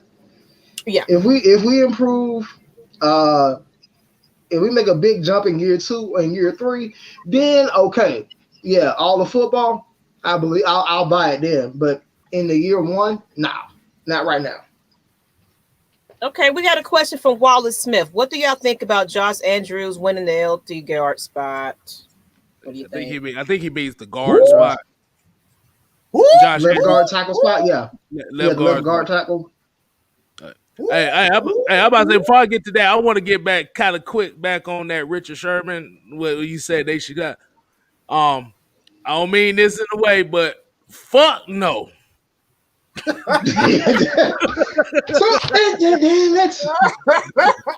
See, the only reason why I say that is your corners are only as good as your pass rush. And Richard Sherman showed that, like I said, every top corner in this league has showed that. Remember, once the Legion of Boom started fading away and that line was gone, Richard Sherman ain't been the same. Josh Norman, he went to Washington. Oh well, ain't been the same. Let's not bring up Josh Norman for what happened to him and Derrick Henry. Let's not bring him up no more. Right. Let's not bring him up no more. But yeah, like I said, Richard Sherman. No, I'm about to say I might as well go to the Krispy Kreme up the street with the red light on before I get that. But Josh Andrews winning the left guard spot. I mean, it's kind of expected with Gano being out for a while, and they don't want to rush Jalen Mayfield into that spot right away. So, like I said, Josh Andrews has been in this league for a while, so he kind of know the locker room culture. He knows he got the leadership. He knows, okay, certain things. Like I said, there's no film of this guy online nowhere. Oh, okay. So he'll have a lot of advantages coming in, is what you're saying. Yeah, he'll have a lot of advantages as far as experience dealing with locker rooms and dealing with coaching staffs and stuff. He didn't really play much, but when you're not really starting, you're in the locker room a lot more than the starters are. You're around the coaches more. So he has that experience. And plus, like I said, it's not even guaranteed that he's going to be the starting left guard all season. He might be a stopgap guy for Jalen Mayfield. Yeah, I mean, I say if I don't know this person by face, so if he's gonna be a clog, use him. Right. Yeah. Like I said, at the end of the day, they're gonna basically use him. And they're gonna see if Jalen Mayfield can speed up his process. Or it's basically going to be his job to lose. It's basically going to be Josh Andrews' job to lose. Yeah. That's pretty much what it's going to be. But like I said, there's no footage of him. Hashtag. There you go. Run the damn ball. Yeah, we got a hashtag on YouTube. Yes. They already know where it come from. Tell them AFN told y'all to say that. Anybody ever ask about why y'all spelling it BAWLL? Exactly. They're gonna be like, they're gonna be looking like y'all folk can't spell. Like it's not that we like it ain't that we can't spell. We say it differently. That's the first. Oh god, that's the first thing people say when you do this, Lord. Bow. Them AFN crew, they just don't know how to spell over there. They be cussing folks out. They D-list podcasters. They just don't know what they talking about. They don't know what they doing. Don't forget we've been called bums, trash. They said we was gonna get that work. We ain't got no skill set. We ain't got no skill set. Get your skills up. We got to get our skills up, y'all. Let's get our skills up. Exactly. I think they just mad because we not. I think they just mad because we not robots. That's what it is. Ooh. Yeah. I think we that's just, why. one thing about Atlanta Falcons Nation, we encourage everybody. Like the messages that we receive from our fans about how we had somebody that's submitting to be a writer. He gave us a whole entire speech. I'm not going to put him out like that, but he gave us a whole entire speech about how he came on the show as a guest. And because of how he felt, that inspired him to open up his own YouTube and be a podcaster, and I commend everybody. Like Mike said on the last show, if you have a dream, you're afraid, get out there anyway. Yeah. Get out there anyway. Because you never know what you can bring. Like there's no such thing as one content creator that you got to follow. There are several content creators that do different things. So you come to AFN, you're going to get something different. You're going to get positivity. We're actually going to be promoting in the streets eventually. Our whole thing is about togetherness. We're all about encouraging our youth. So that's why we got the internship for writing. You know, even if they never even had an opportunity, they're going to use this opportunity as a leverage. Even if they don't stick around with AFN, you guys submitting your applications for writing, this is an internship. So it's not paid because we're still developing people. We ain't on ESPN levels yet. But just because you want the exposure and you want to do it, we're looking for writers. We're looking for content creators. We're looking for affiliates. AFN, we're trying to create a brand. We got a new logo that I haven't debuted yet, but we have some things in the works for the new season. AFN, we want to be the ESPN of Atlanta Falcons news. We got Atlanta Falcons, but guess what? I don't think they cater to the people as often. We need to be a togetherness. We need to be a fan base. We need to hear from the fans. That's the problem. The Atlanta Falcons only listen to the players. You got to think about it from when it comes down to the jerseys sales, from the designs of that, from the Brotherhood post and all that. They're not listening to the fans. So we want to be the voice of that fan. So y'all continue to subscribe to Atlanta Falcons Nation. We're going to have exclusive shows on Atlanta Falcons Nation. We will have film study on Atlanta Falcons Nation. We will have meet and greets November 2nd and 7th. Mark that down for the Saints Falcons game. Look, we're all about the fans. We're going to highlight you guys because we feel that you guys deserve a voice. We're also going to have former players, and we're just trying to build something. So all your donations, all your cash apps, it's helping us build to be better because guess what, people? We got to stick together. You know, I'm going to get real in this speech, especially for our African-American community. There's a clip that went around with, there's some things that's going on, some controversy going on with ESPN where minority are still not dominant over there. They're ridiculed. They're, you know, you're not fitting the mold. We're not that.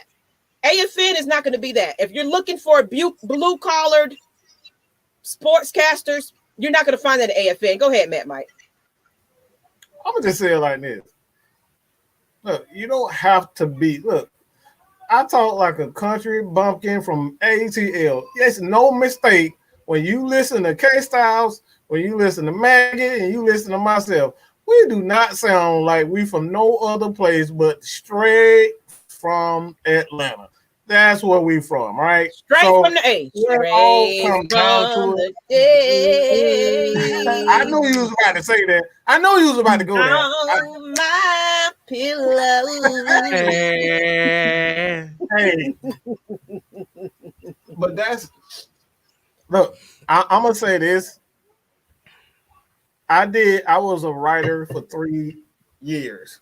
Yeah, 3 years. I did 3 years worth of content. Nobody wanted to give me a damn shot because of the style that I wrote. I wrote the way that I wanted to write.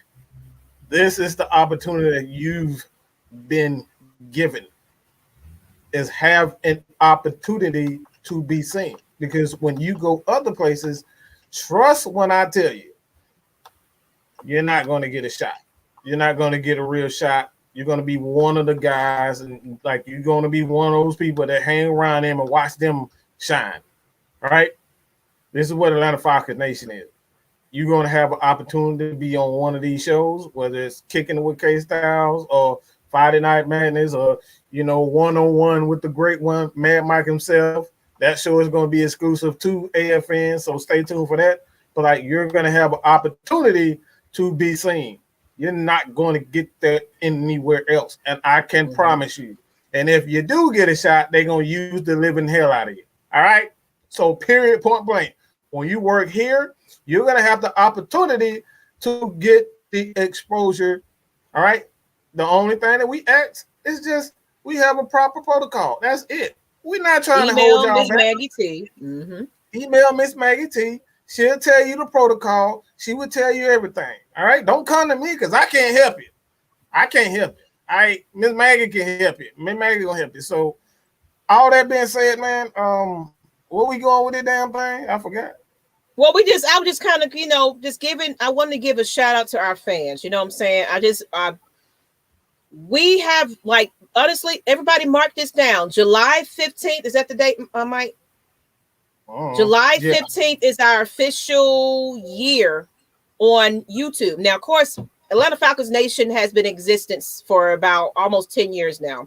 2012 is when we were established, but we were more on Facebook, giving the news. But of course, Facebook was a stickler and took our Facebook news pages away, where we had over 60K following. So I'm glad y'all all came over to YouTube. We do have a group of almost 20K though. Go find us on Atlanta Falcons Nation Facebook group. If you don't see 19K, that's not the right group for you. If you don't see that me and Mike is the admin, that ain't the right Atlanta Falcons Nation. Find us on Atlanta Falcons Nation and join the community on Facebook. But that's where it originated in 2012. We were just on Facebook. We decided, you know what? We love the Falcons so much. I used to event plan, and I'm getting back to that, guys. So we're going to be doing once a year meet and greets from now on. I'm ready to get back into the streets.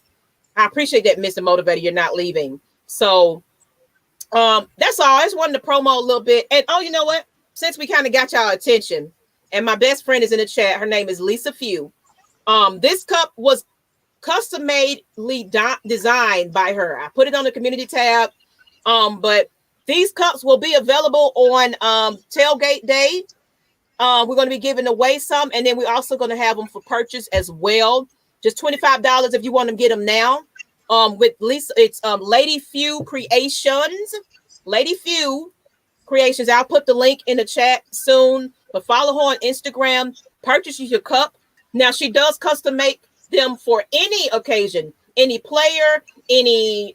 She does kids cups. She does bags. She custom make them to anything that you need. So if you need a Falcons cup, if you need a Georgia Bulldogs cup, if you need a Braves cup, if you are not a Falcons fan or anything, if you're a Cowboys fan, she got you. She can even do Cocoa Melon and all that. She does kids, tumblers. She does mugs, anything that you want printed.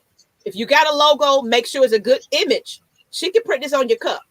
That is Lady Few's Creations on Instagram. She is our affiliate. This is who we're going to be working with as far as merchandises, cups and mugs and things like that. Lisa Few Creations. Follow her on Instagram. I will put the link in the chat soon. But let's go ahead and get to the next one. We got another question. I don't want to hold this up no more longer. Let's get to another question. I just wanted to say one thing. These folks didn't come here to see us be talk like we got sticks up our asses. What you see is what you get. Yeah. Yes, my name is. Yeah. If I was talking like Brian Gumble or Rob Parker all day, y'all be tuning the fuck out. Let's be real. Look. Atlanta Falcon Nation is not for everybody, but the people that fuck with us, they fuck with us. Mm-hmm. Like if you're offended by the language, if you're offended about anything, this is not the channel for you. We're not trying to be blue collar and anything like that. We want to be real. We want to be you. We are the fans. So we are representation of you guys. So if this offends you, it's not the place to be. But I'm gonna go ahead and get into this chat. Hey, let me say one more thing. We not trying to be the ESPN of Atlanta Falcons fans. We gonna be Atlanta Falcon Nation. Damn ESPN, damn Fox Sports, damn Bally. We are our own entity. We ain't trying to be nobody else. Not at all. But look, this is what we look. Let's be real. All right, let's be real. What we say when we are winning the game, after we won a game, we got a big play or we don't want a game, period. ATL ho. Is that right there? That's our anthem. ATL ho. ATL ho. ATL ho. All right. So if that's our chant that we in the dome or we in the stadium or whether we in the dome, the old dome, we always say ATL ho. So if that's what we say, why the hell should we say anything or try to be anything outside of what we are? This is what Atlanta Falcons fans say every game. All right. every damn game. So let's be who the hell we are. Absolutely. If you don't like it, you can go watch Brian Gumbel. You can watch YouTube. You can watch plenty of clips of people that you like that don't talk like myself or Shannon. You know what I'm saying? Like let's just be real. Shaq, I mean, can anybody understand Shaq half the time? Like, let's be real. Can we understand what damn Shaq and this Shaq right here. I'm just gonna say. I'm just gonna say right here. This is Atlanta Falcon Nation. Here you go. The nation said, "I'm glad we got this channel. This rare that we get Atlanta Falcon Nation on ESPN." Like, wait, what? Do y'all want Nation had a question. Will y'all be doing any more head-to-heads on this channel? What does he mean about head-to-head? Is he talking about going against the other fans or something like that? You know what? Speaking of, we do have a promo coming up. Y'all look out for that, for a little something that might be a little thing where you're going to be taking on the great one very soon for the new season. So there's going to be an opportunity to challenge this sir right here. He think he big and bad because he got like 5K. He think he better than everybody. So I want y'all to challenge this man. So we're gonna have some upcoming series of shows where y'all get to challenge the great one, because he just deemed himself great which he ain't. You know, I'm just saying he ain't that great, because Maggie T is coming up on that. Okay, before you know it. So just letting you know, Matt, you ain't that special, sir. Shut up. How about that? How the hell are you gonna say I'm not great just to say you great? What the hell kind of crap is that? Because I'm awesome. I'm amazing. I get a lot of love. People come to see me, not you, Otis. Okay, just letting you know. All right, but man, do y'all have film of Falcons training? They came to see Bone Crusher. Yeah. Shake that behind me. See, they want to see Bone Crusher Kstlyz. That's what they want to see. Man, at the end of the day, they come to see all our goofy asses. Twisted Torch as well. Juke Talk Sports, Madness, J-Rock. Everybody is different here, and that's what makes Atlanta Falcon Nation what it is. You don't get the same personality. And Jay, do y'all have film of Falcons training? Right now, they're not in training. Training starts at the end of the month, but we do have a plan. Look, we are opening up to interning of this website.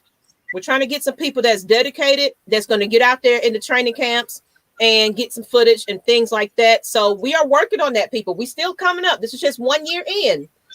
We definitely want to be on the exclusive on the sidelines eventually. We'll get there. We're working on it, but we definitely want a dedicated team that might be season ticket holders, that might have access to some tickets, that can attend the games and get some exclusive content. We are definitely working on that, Jay. Okay, so just be on the lookout. Atlanta Falcons Nation, we are definitely improving. We got new logos coming. We just got a new revamp, because guess what? We appreciate y'all support. So let's see what else we got on questions. What topics can we challenge Mike on? You got to tell us, ATM. It's going to be anything. It's going to be anybody that want to challenge this dude right here that just think he is just amazing. But y'all got to challenge him. But it is not going to be on no foolery. You got to come with the facts and the stats, okay? Because guess what? You want to be embarrassed by the great one. That's just something you don't want to do. You know, so y'all get prepared for that for the season. Y'all look out for that. So on that note, we've been out here for about 2 hours. Y'all want to go ahead and finish up a couple of questions and wrap it up, or what do y'all want to do right here? We were going to get a little bit of the Hawks talk before we get Let's do the Hawks talk, then we'll promo what I got as far as this cup, so I can let y'all know where to find it. Let me get that let me get the Instagram up on the thing so y'all can find her. But go ahead. Hawks. John Collins wants to come back to Atlanta, as well as Lemon Pepper Lou. He wants a multi-year contract, so a multi-deal contract. With that being said, I'm going to do a video drop about what I saw from the Nate McMillan interview. I thought that I love Nate McMillan. just the way he talks, the way he holds his team accountable. I feel like the core of our team is going to remain, but of course, there's going to be some bits and pieces like John Collins. We got to think about free agency. Brandon Goodwin, whatever his last name. Free agency. So there's quite a few players that may or may not be a part of this squad coming up. But we got Onyeka, we got Cam Reddish, we got so much young talent to develop right about now that give Nate McMillan a healthy team at the start of the season. I think we're going to be continuing to playoffs for quite some time. The South just took notice to the Atlanta Hawks. Y'all mark my words on that. What y'all think about that, Mike or Kstlyz? I let Mike go ahead with this one. Let me just. I got to say this about these damn. I just don't. It's just got to be some in our water. Maybe y'all motherfuckers drinking out of damn Lake Lanier or something, but y'all motherfuckers need to stop tripping, bro. Like, why do we always got to get these old ass people? Like, every time somebody a damn free agent, y'all want them.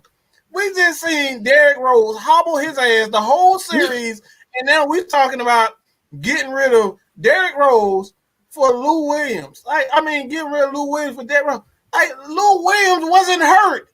This man was hopping in the whole 2-3 games of the series, and we trying to bring him back. Why? For what? He's not the same. So let's stop it, okay? 2. John Collins.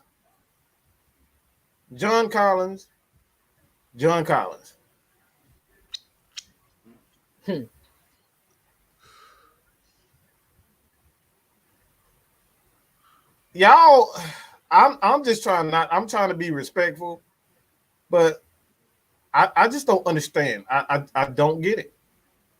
People show you that they are not ready for certain situations because, we've seen that he's not ready for $120 million. I mean, no matter how you try to, put it, he's not ready for $120 million. Let's just be real. Just because a motherfucker could catch a couple of alley hoops and dunks and that pretty much it. Y'all want to give him $120 million and then say he's worth it. Where is that one defining moment during this entire playoffs where we said, okay, that guy is the real deal? I've seen that from Kevin Huerter. When we needed to close that game out, Kevin Huerter stepped his ass up. When Trey was doing this thing, he stepped his ass up and hit 29, almost 30. That game is like, and then Charles Barkley's like, where the hell he come from? Who is this? These people, we saw that defining moment from even Cam Reddish when Cam Reddish came back from an injury. We saw him like, damn, he playing both. He's scoring. He's playing great defense. He's shutting down Chris Middleton for the most part. He gave him hell. And then DeAndre Hunter. We've seen what DeAndre Hunter can do. He put up 20 in Philadelphia. So we've seen these defining moments from everyone except for John Collins, and we're trying to throw him $120 million. We need to find somebody. We need to find a way to make him work for it. Stop giving away money just because a motherfucker can dunk. Okay? Let's just be real. Just because he can dunk. That's just like paying $120 million just to see Josh Smith. Do you want to give Josh Smith $120 million? Oh, shit. Oh, wait. I'm just saying. That's all he did when the playoffs was dunk. That's the only thing that you remember from John Collins, a dunk. Let's be real. So you think that John Collins? I honestly don't think that we're gonna. We'll see, but I don't see he gonna be. I think they. You think he's gonna take that contract he turned down? Now you think he just gonna say, you know what? Oh, he's gonna keep it. He ain't got no choice. Like I said, yeah. If he give him $120 million, but we can't make it guaranteed. You got to work for that 120. You know what I'm saying? Like put incentives in that deal. It's like, all right, you got to show me 20 and 10. You got to have at least 30 or 40, 50, 20 and 10 nights or something like that. You know what I'm saying? In order to get to the next contract or get to the next year. We can't give away money. And that's my thing. Stop giving away money, guarantee money to players that haven't showed that they can take over. I haven't seen John Collins say, all right, you can, this is your game. It was 2 instances, all right, 2 games where we need John Collins, game 5 and 6. Needed him to step up because Trey was injured for the most part. He never took that step. That's what we're talking about. Stop giving money away to people that don't step up. You gotta step up.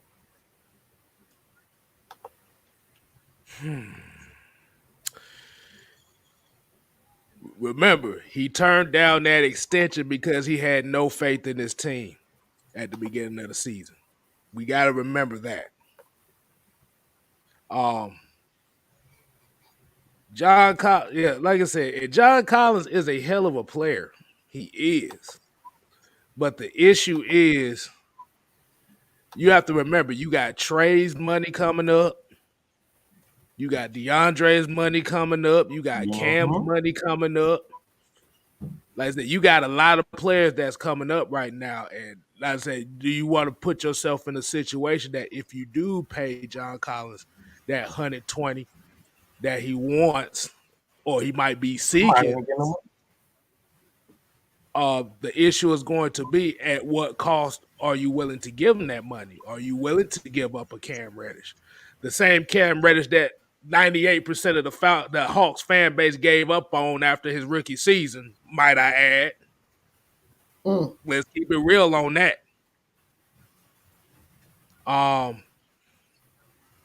And I see people kind of talking about Gallinari and all that stuff. Hey, remember, Gallinari hit a lot of big shots in this play in these last 2 series. So, like I said, he may not wow you, but when you needed some buckets and John Collins couldn't give you those buckets, it was Gallinari giving you those buckets. Because we have to remember, Trey and Bogey shot poorly these last 2 series. But they did enough to where there was a threat, but Gallinari came through when they needed to. Would I look for a max player, all-star type of player in free agency? No, because Nate McMillan, because like I said, the way that I see how Nate McMillan is doing this thing right here, and the one thing, and like I said, a lot of people don't know, Nate McMillan actually had his jersey retired in Seattle, and he wasn't even a double-digit scorer. He was an intangible guy. And like you said, and you see what he did. He did, like I said, he had the same team Lloyd Pierce had. The same exact team. The only difference that he did was he held everybody accountable and he made sure the team played as one.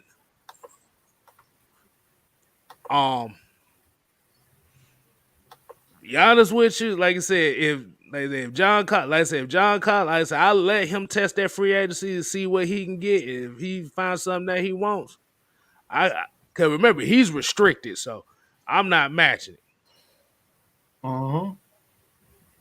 Because you forget you got the same exact type of player on the bench that you really don't see that often, but he pretty much is the same exact type of player, but he's bigger, and that's Nathan Knight. And Nathan Knight showed you in some spurts this year where he gets a chance, he can come up with some buckets. So you want to keep this nucleus, this young nucleus, as close and together as possible. Because what did Nate McMillan say in that thing? He said, "I had no doubt. I couldn't see myself at any other situation right now, because the potential of this team is great." But what it's going to have to come down to is And this is the next 2 or 3 years is gonna be a trying time for this team because, like I said, now is who are you really going to put money behind? Outside of dunking on Joel Embiid and catching an off the backboard alley oop on Giannis, half the times you forget John Collins was even in the game. Mm-hmm. Yeah, that game fight. Look, I'm about to say that game fight. What'd you say on that Saturday show about John Collins, the whip it out game? He had a chance to whip that motherfucker out and failed miserably. Mm-hmm. That in the game 5 against Milwaukee was his opportunity to kind of put himself on that pedestal. Like, okay, yeah, I deserve this tournament. Let me play like it. He laid a dud. Mm-hmm. So nothing.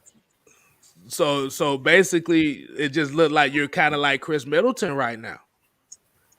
Like I said, are you really good by yourself, or are you good because of Trey? Mm-hmm. When Trey wasn't in the lineup, we forgot you was even out there. Yep.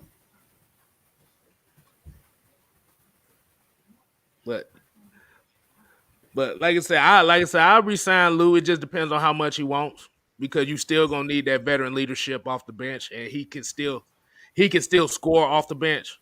So I can keep him. But John Collins, I don't know. I'm just gonna say it like that. I don't know. Yeah, like Dex did say here, he's a glorified role player. He's really still developing. Doesn't have a consistent jumper. His defense is not suspect. He has no defense. If he ain't catching, it's terrible. If he ain't catching alley oops, he's not in the game. I hope y'all noticed that, right?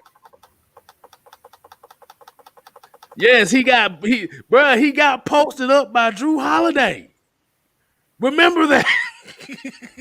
And I agree with that, Devin. We need another big man in the front court. I'm sorry I didn't intervene on this, and I was trying to get this promo up, but we do need another point guard to kind of help out Trae Young. But what you think about Onyeka? You know, he's kind of a silent new talent. You know, another talent that could be developing into something. What do y'all think about him? I don't know if y'all mentioned it. I'm sorry, but what you think about? They're kind of starting to look at him just a little bit more, you know, when it comes to that. Of course, we got Cam Reddish, and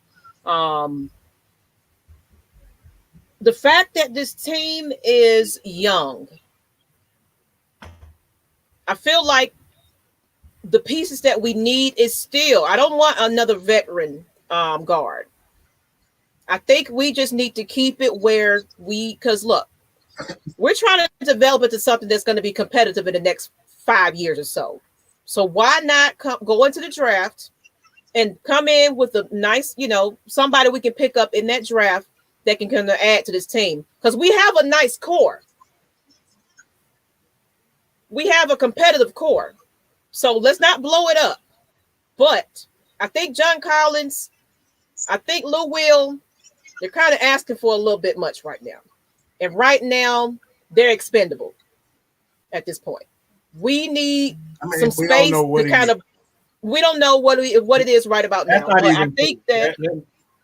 Let me just clear all that up right now. Lou Williams never asked for 10 million. He was asked a question, and he never asked. So let's even if he did ask for 10 million, I didn't say he asked for 10 million. I'm talking about John Collins, is who I'm talking about. As far as what he's asking I'm talking for. about Lou here. Yeah, Lou. I'm talking about Lou. Like if Lou, even if Lou asked for $10 million is nothing in the NBA. Half of that's about $2-3 million is gonna go to taxes anyway. So it's really a 7-year, 8-year deal anyway.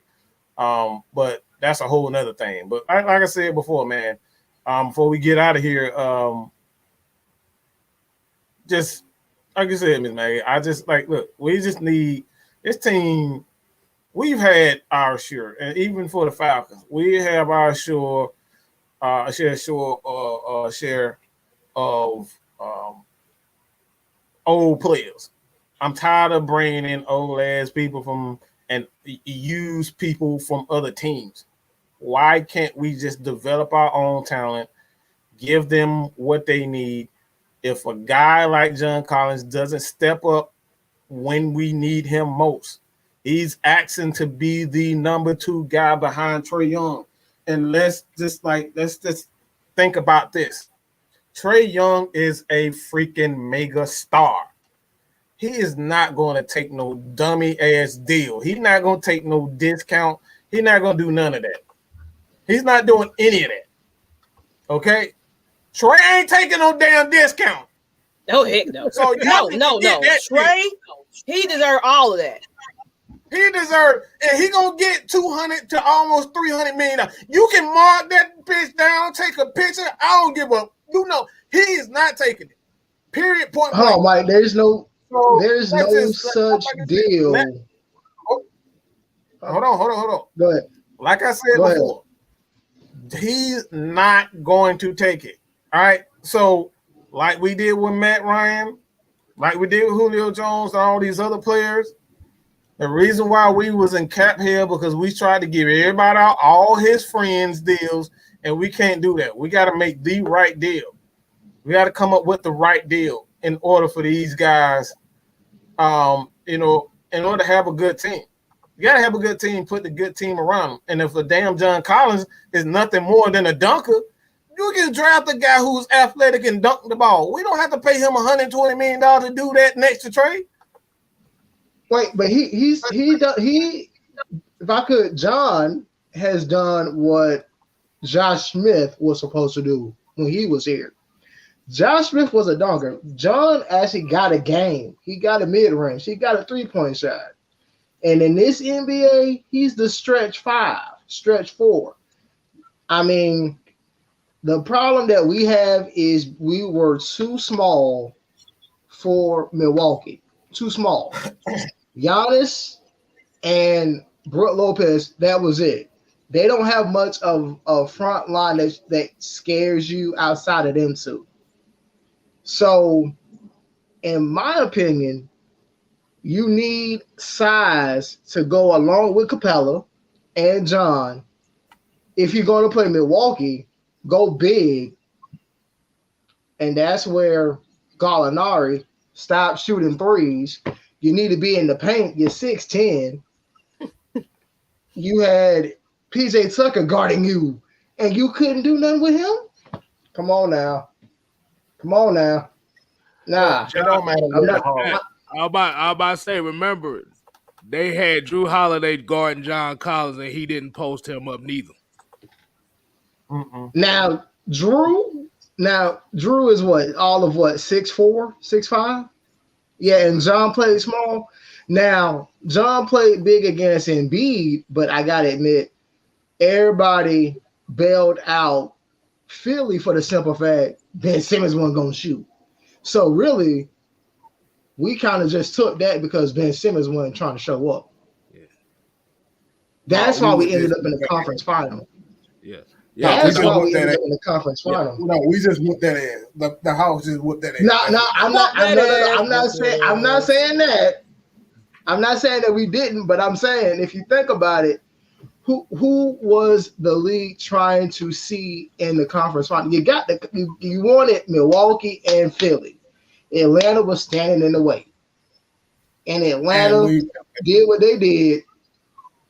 So build on this playoff debut with the new regime and finally add pieces. Now, the draft. I know a lot of people are probably thinking, yeah, you draft somebody from college or whatever. Fortunately, that might not be a good deal. This year might not be a good deal. A lot of talent is actually returning to school this year because of COVID. And there's a league out right now that is allowing 16-year-olds to go professional. And that should be starting out pretty soon. Right now, one of the top players is 16 years old. He's a center. He just made news today that he's going to jump into this new league and forego college altogether. So, I'm thinking free agency would be the best bet for us to add to this team. Mm-hmm. What do you think? A free agency? Yeah, the best way to do it. Believe it or not, it won't be this. It won't be this year, but in about 3 years, if Trey and John, here, no, hear me out, Mike. Hear me out. If they're still here together, the thing to do. 3 years too damn long. I ain't got time for that. I know. I'm getting old. I'm getting great. I need to win a championship. I mean, look, I know we getting old, but hear me out. What have we not had somebody play for Team USA yet? No. Think about it. No. Yes, we did. Hold on. Yeah, we did. Hold on. I bring up the Olympics and Team USA for a reason. How else can you not recruit people if you instead of waiting on contract decisions? Why not qualify for Team USA? Recruit. Hey, I want to link up. Play. How you think the Big Three happened in Miami? They weren't ready for free agency at that time. They built that bad boy through the Olympics. Look what's happening now. Dame might be on his way out of Portland, trying to team up with somebody. You gotta play the game. Can't go crying. But the only thing about it is you have to remember the Atlanta Hawks now are the villains of the NBA because they crashed the party. That's what we need. I don't want to be quiet, boys. But the thing about it is when you said when the last time a Hawks player played for the Team USA, Joe Johnson was on the USA team. That was a long time ago, but at the same time, you got to build this. You got to build this core up, bro. Like I said, we got some superstars coming in the making. Yeah. Like we finna have. We don't need no Big Three or nothing like that. We developing some real superstars, some real talent. Right. That's why Tony said what he said. Tony ready to spend that money. He ain't waiting no damn 3 years. Hell no. He ain't waiting. No, but I'm saying, but look at it this way, Mike. Look at it this way, Mike. Who wants out of their current situation right now? Dame, Bradley Beal. They want out of their current situations. And I don't want that one. You wouldn't want Dame. Oh, no. But you have to look at this at the aspect. They just got paid a couple years ago. So what are you willing to give up for those two? Yeah, that's why I was like, good on that. You gotta look at that. So if you bring in Bradley Beal, are you willing to part with Cam Reddish and DeAndre Hunter to bring in Bradley Beal? No, I wouldn't do that. But if we want, I wouldn't do that. But I would part ways with somebody who isn't going to get any run down here for a big and a couple cash consideration. I wouldn't mind getting rid of Bruno Fernando. What has he done since he's been here? But the problem is outside of Trey, Cam, DeAndre Hunter, don't nobody else on this team have that type of value for you to bring a player like that here. That's what you have to look at too. They don't really. Bruno Fernando, I was surprised he's still on the damn team. I was like, I'd rather them play Nathan Knight more than him. And he's a G League. He's a G League. Yeah, you got some G League run that should have happened with him, but I don't know why he got run. He didn't play none this season, and he only played in a blowout game. So I mean. And then we look, and when y'all talking about backup point guards, we forgetting. And like I said, one of the players that I do like on this team is Skylar Mays. I mean, like I said, he ain't get as much run this year because of Trey and everybody else. But now if we do have the backup point guard, wait a minute, we do have the backup point guard. No, Brandon Goodwin gonna be a free agent. You still got Chris Dunn on the roster. He's you know what? Chris Dunn is gone. he ain't even played. They ain't You know, been he on ain't really. He signed a 3-year deal. Oh, he decided. Was it a 3-year deal? He signed a 3-year deal. No, he's still. I think he's out of there.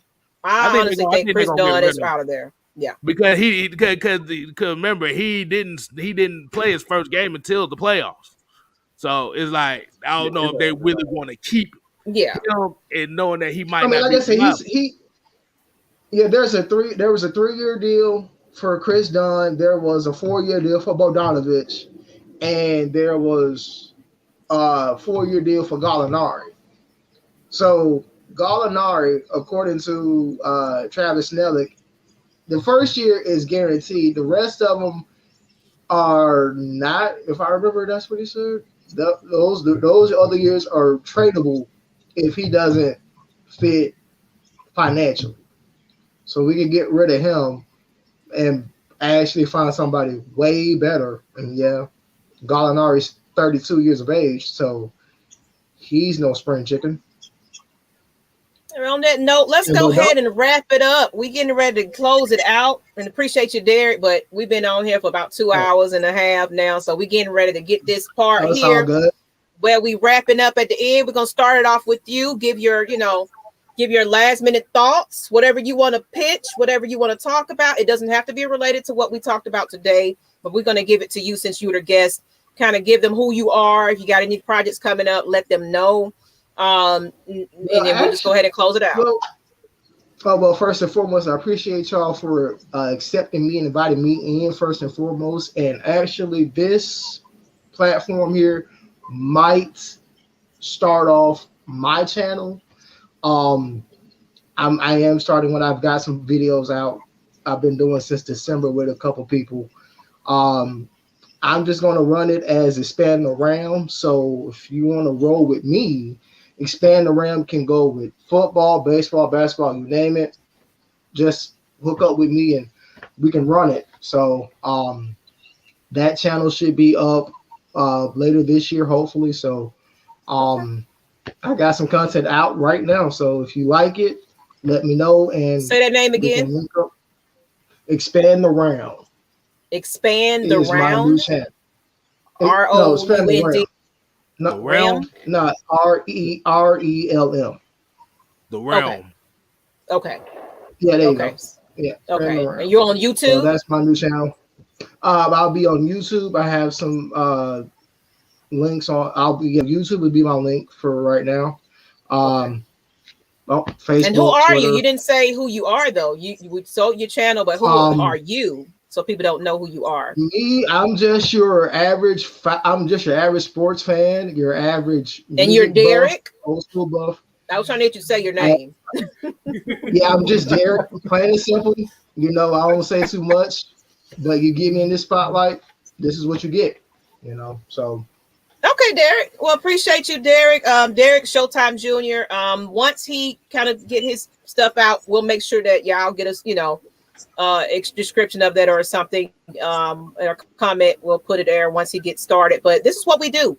We encourage other people to get out there and get their voices out there. So if you are somebody that just are afraid, put it out there. You never know what people might listen to, what they might like from you. So who want to go next? KSTYLZ or Matt Mike? I'm going last. I'll go next. Like I said, we appreciate everybody tuning in tonight. Hearing us talking our shit.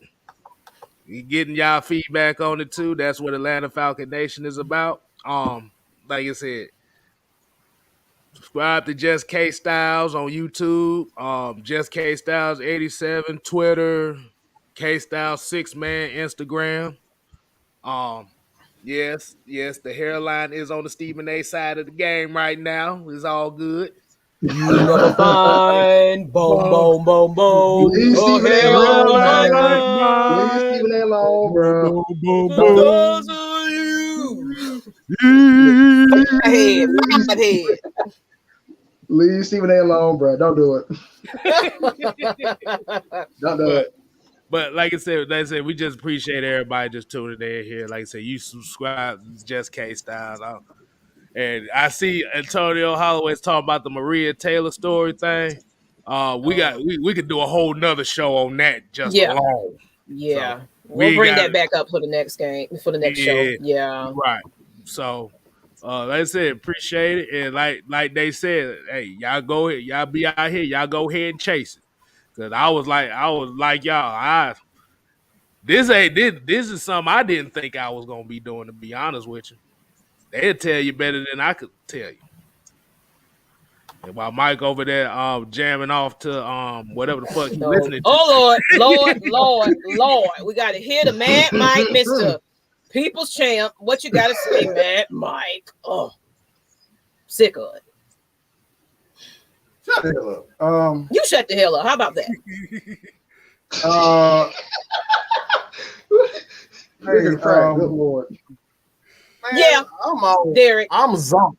All right, I'm zonked. That's the word for the day. That Pee Wee Herman word of the day. Jay, hell yeah, I'm bald. I cut all that shit off. Yeah, he bald. He ain't got no head in the back. His bald head scatterwag. Hey, Hey, I gotta do it one time. Zoltan. Oh, Hey Jesus. man. Hey man. Oh, God. Hey, y'all check us. Hey, head over to. I got a new channel. I still don't know exactly what I want to do with it. I still just thinking, Atlanta Hawks content. Some Georgia Bulldogs, some college stuff. For the teams that's around that's not really getting a lot of play. That's what Mad Mike Network is going to be for the most part. So you guys check out Mad Mike Network. All right, do Atlanta Hawks stuff, wrestling. If you're into wrestling, I'm already throwing some wrestling. Some wrestling content. I was just talking about Aleister Black, aka Malachi Black. You might have to do something, Mike. He's at AEW, so it's like I'm talking about that. I gave my thoughts on New Day being named the greatest tag team of all time. New Day. That's a bit much. I missed that. Yeah, I ain't gonna lie. Hey, That's a bit much. Hey. Oh Lord, Antonio, really? Oh, you didn't hear the song? You didn't hear the song? Back that thing good. Oh, I ain't heard it yet, but I'm mad about Juvenile. Juvenile. Maggie. Juvenile used to be. Juvenile. That's all I gotta say. Bound. No, Y'all get y'all vaccines on that. Here's how I wanted to hear how the hook go here. Like, girl, you look good. Won't you vax that thing up? You a fine young brother. Won't you vax that thing? I said, wait a minute. What the fuck is you talking about? Whoa.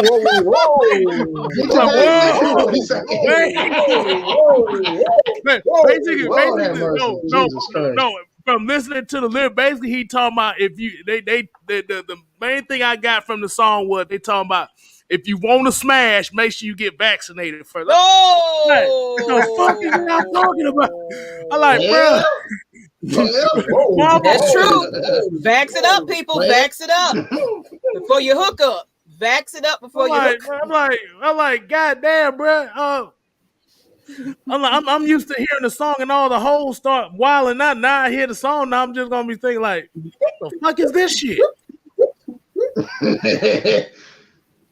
Oh God!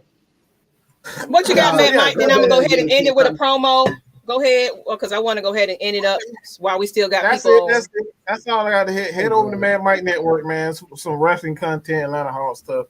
But it's mostly wrestling. I'm just thinking about just turning it into a wrestling channel. So Mad Mike Network, man. Mad Mike Network, Mad Mike Network, Mad Mike Network, Mad Mike Network, Mad Mike Network, Mad Mike Network, Mad Mike Network. I'm finna do something different. I'm about to share my screen because I want y'all. This is my best friend, Miss Lisa Few. Like she finally got out there. She's new to Instagram, y'all. So don't think she's a spam or scam or anything like that. But she just launched her cup business.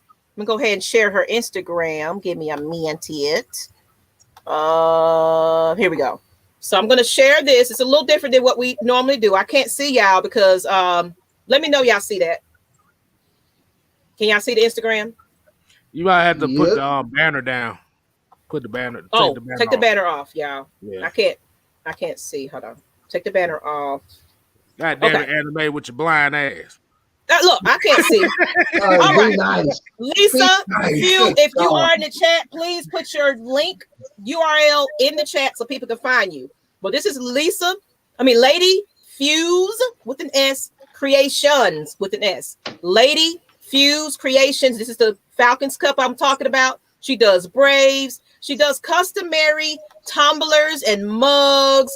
She does bags. Any NFL team, any NBA team, anything, like let's say you have, this is kind of a customer. They sent this image. It wasn't a great image, but hey, we'll print whatever you send us. So don't take this as her image, but this was a customer purchase that she posted. They wanted this logo on their cup, but she does that for you guys. So if y'all want Starbucks, breast cancer awareness, Atlanta Braves, anything you can think of. She even does Halloween. She does, as you can see, there's a Trae Young cup. There's, if you are, KC fan, if you are, she can put them with your name on it, Alabama, anything you can name. She does those tumblers, y'all. So y'all go to her website, that's her name. I'm sorry. Lady Fuse with an S, Fuws, Creations with an S. Find her. She does even do horoscopes, all that. So I just wanted y'all to kind of see that a little bit. I'm gonna stop sharing. But look, this is legit. This is not a scam. We are really, truly getting ready to be in the market to sell these. So if you want one, go on over to her. It's $25 for a tumbler, shipping included. Let her know that AFN sent you, okay? But I appreciate everybody that has joined us. We will be doing giveaways at this meet and greet. So I want everybody to find that link on the community tabs, Instagram, Twitter, wherever you found it. The Facebook invite for Facebook, please RSVP. Even if you don't know if you're attending, if you're even in the idea, maybe. This is a free event. It is going to be at a sports bar and grill. I already got it neutrally centralized and confirmed. I'm not going to explain where it's going to be, but it's going to be within the city limits. So it won't be so far out. It's going to be, I found a location off of Virginia Avenue. So everybody's familiar with Virginia Avenue. They got a couple of spots over that way. So just know that we have a venue. We have a spot. Come out. We're going to be recording fans. I'm going to have a photographer on deck. We might have some special appearances. We're going to be doing prizes, including those cups, giveaways, masks, T-shirts. Hopefully, Lord willing, we will have T-shirts also. So we might have heavy hitters. We might have AFN shirts. You never know. But guess what, people? I want AFN to be in the building come November 7th for that Saints Falcons game, away game. So if you're not traveling to New Orleans, come party with your AFN crew, okay? And if it's your birthday, let us know ahead of time so we can give you a shout out, as well as we will be in the building. Come, open practice, August 7th. So AFN crew will be in the building. Find us. We will have a neutral spot that we will meet up with everybody neutrally so we can get some photo ops and have some fun. But if you're in there, y'all got $5 to spare. Instead of buying Popeye's chicken, buy you a Falcons open house tailgate practice and meet us in the building, y'all. We need to be in there like it's a football game because the COVID kept us out for a whole year. It's time to get back in these streets. It's time to tailgate. It's time to have fun. Atlanta Falcons Nation will be once a year doing these meet and greets. If it works out, we might even do more. So it depends on you. Don't come out there acting the ass because this venue will be probably the spot that we're going to always be at. So I want y'all to come out there, show out, but be respectful for one another. We're all about togetherness. So if you got some beef with anybody, don't come to that place because we're going to make sure that you will not be a part of this function, okay? It's free for y'all. We might do some platters or something. It might be first come, first serve, but be prepared. It's a bar and grill, so make sure you have your money to buy your things. So, but we will be doing giveaways, and we won't be watching the entire game because they have a DJ, they have a stage. It's going to be so much fun. It's going to be a big party. Come party with Atlanta Falcons Nation. Find our event on Atlanta Falcons Nation Facebook group so you'll get the details, or check the community tabs and our website at AtlantaFalconsNation.com. That's it. AtlantaFalconsNation.com website. We have the information there. Go ahead, KSTYLZ. I'm about to say, I'm just glad that she doesn't do Dan Quinn tumblers because the bottom will be missing out the motherfucker. Oh, she could do that, y'all. She can custom make. She custom makes even kid stuff. Down at the bottom, she does bags. She does it all, people. So if you have official logo for your own podcast, your company, and you just want them printed, I'm gonna show you the cup. Let me stop sharing this for you guys so you can really see how real this is. Look, Atlanta Falcons Nation, we're about giving you the best, the quality. This cup was handmade. I'm freezing, but this cup, this is what it looks like in person. It's it's legit. So get y'all cups, $25, taxes included, taxes and everything is included, shipping, $25 straight up. Hit her up or hit me up. I'll make sure she knows to get your cup. Or she's on Instagram. You can direct her, okay? She's in the chat probably, listening. Lisa, throw your URL or whatever. Let everybody know who you are. I appreciate y'all. That's all I got on that, people. Go ahead and RSVP. Until the next time, we'll be back Saturday morning for the Red Clay Sports Show. Don't miss that. Come have your coffee. You're going to be with Magnus, Twisted Torch TV, and Rich. Those guys are amazing. Make sure y'all wake up in the morning for some Falcons content. Don't miss it. That's it. That's all I got. Well, we said AFN, we ain't here to play. We here to stay. And what do we say, Mike? You ain't got to go home. You got to get... Asia, you are SVP. Oh, my God. That makes me excited. Come on, girl. I'm so excited. I'm ready to party with you. You're going to be sitting at my table. How about that? I'm going to make sure Asia get the foot of the table, me and her, because I got to meet my girl, okay? Got to meet my girl. But, Asia, if you work tomorrow, just rewatch the morning show.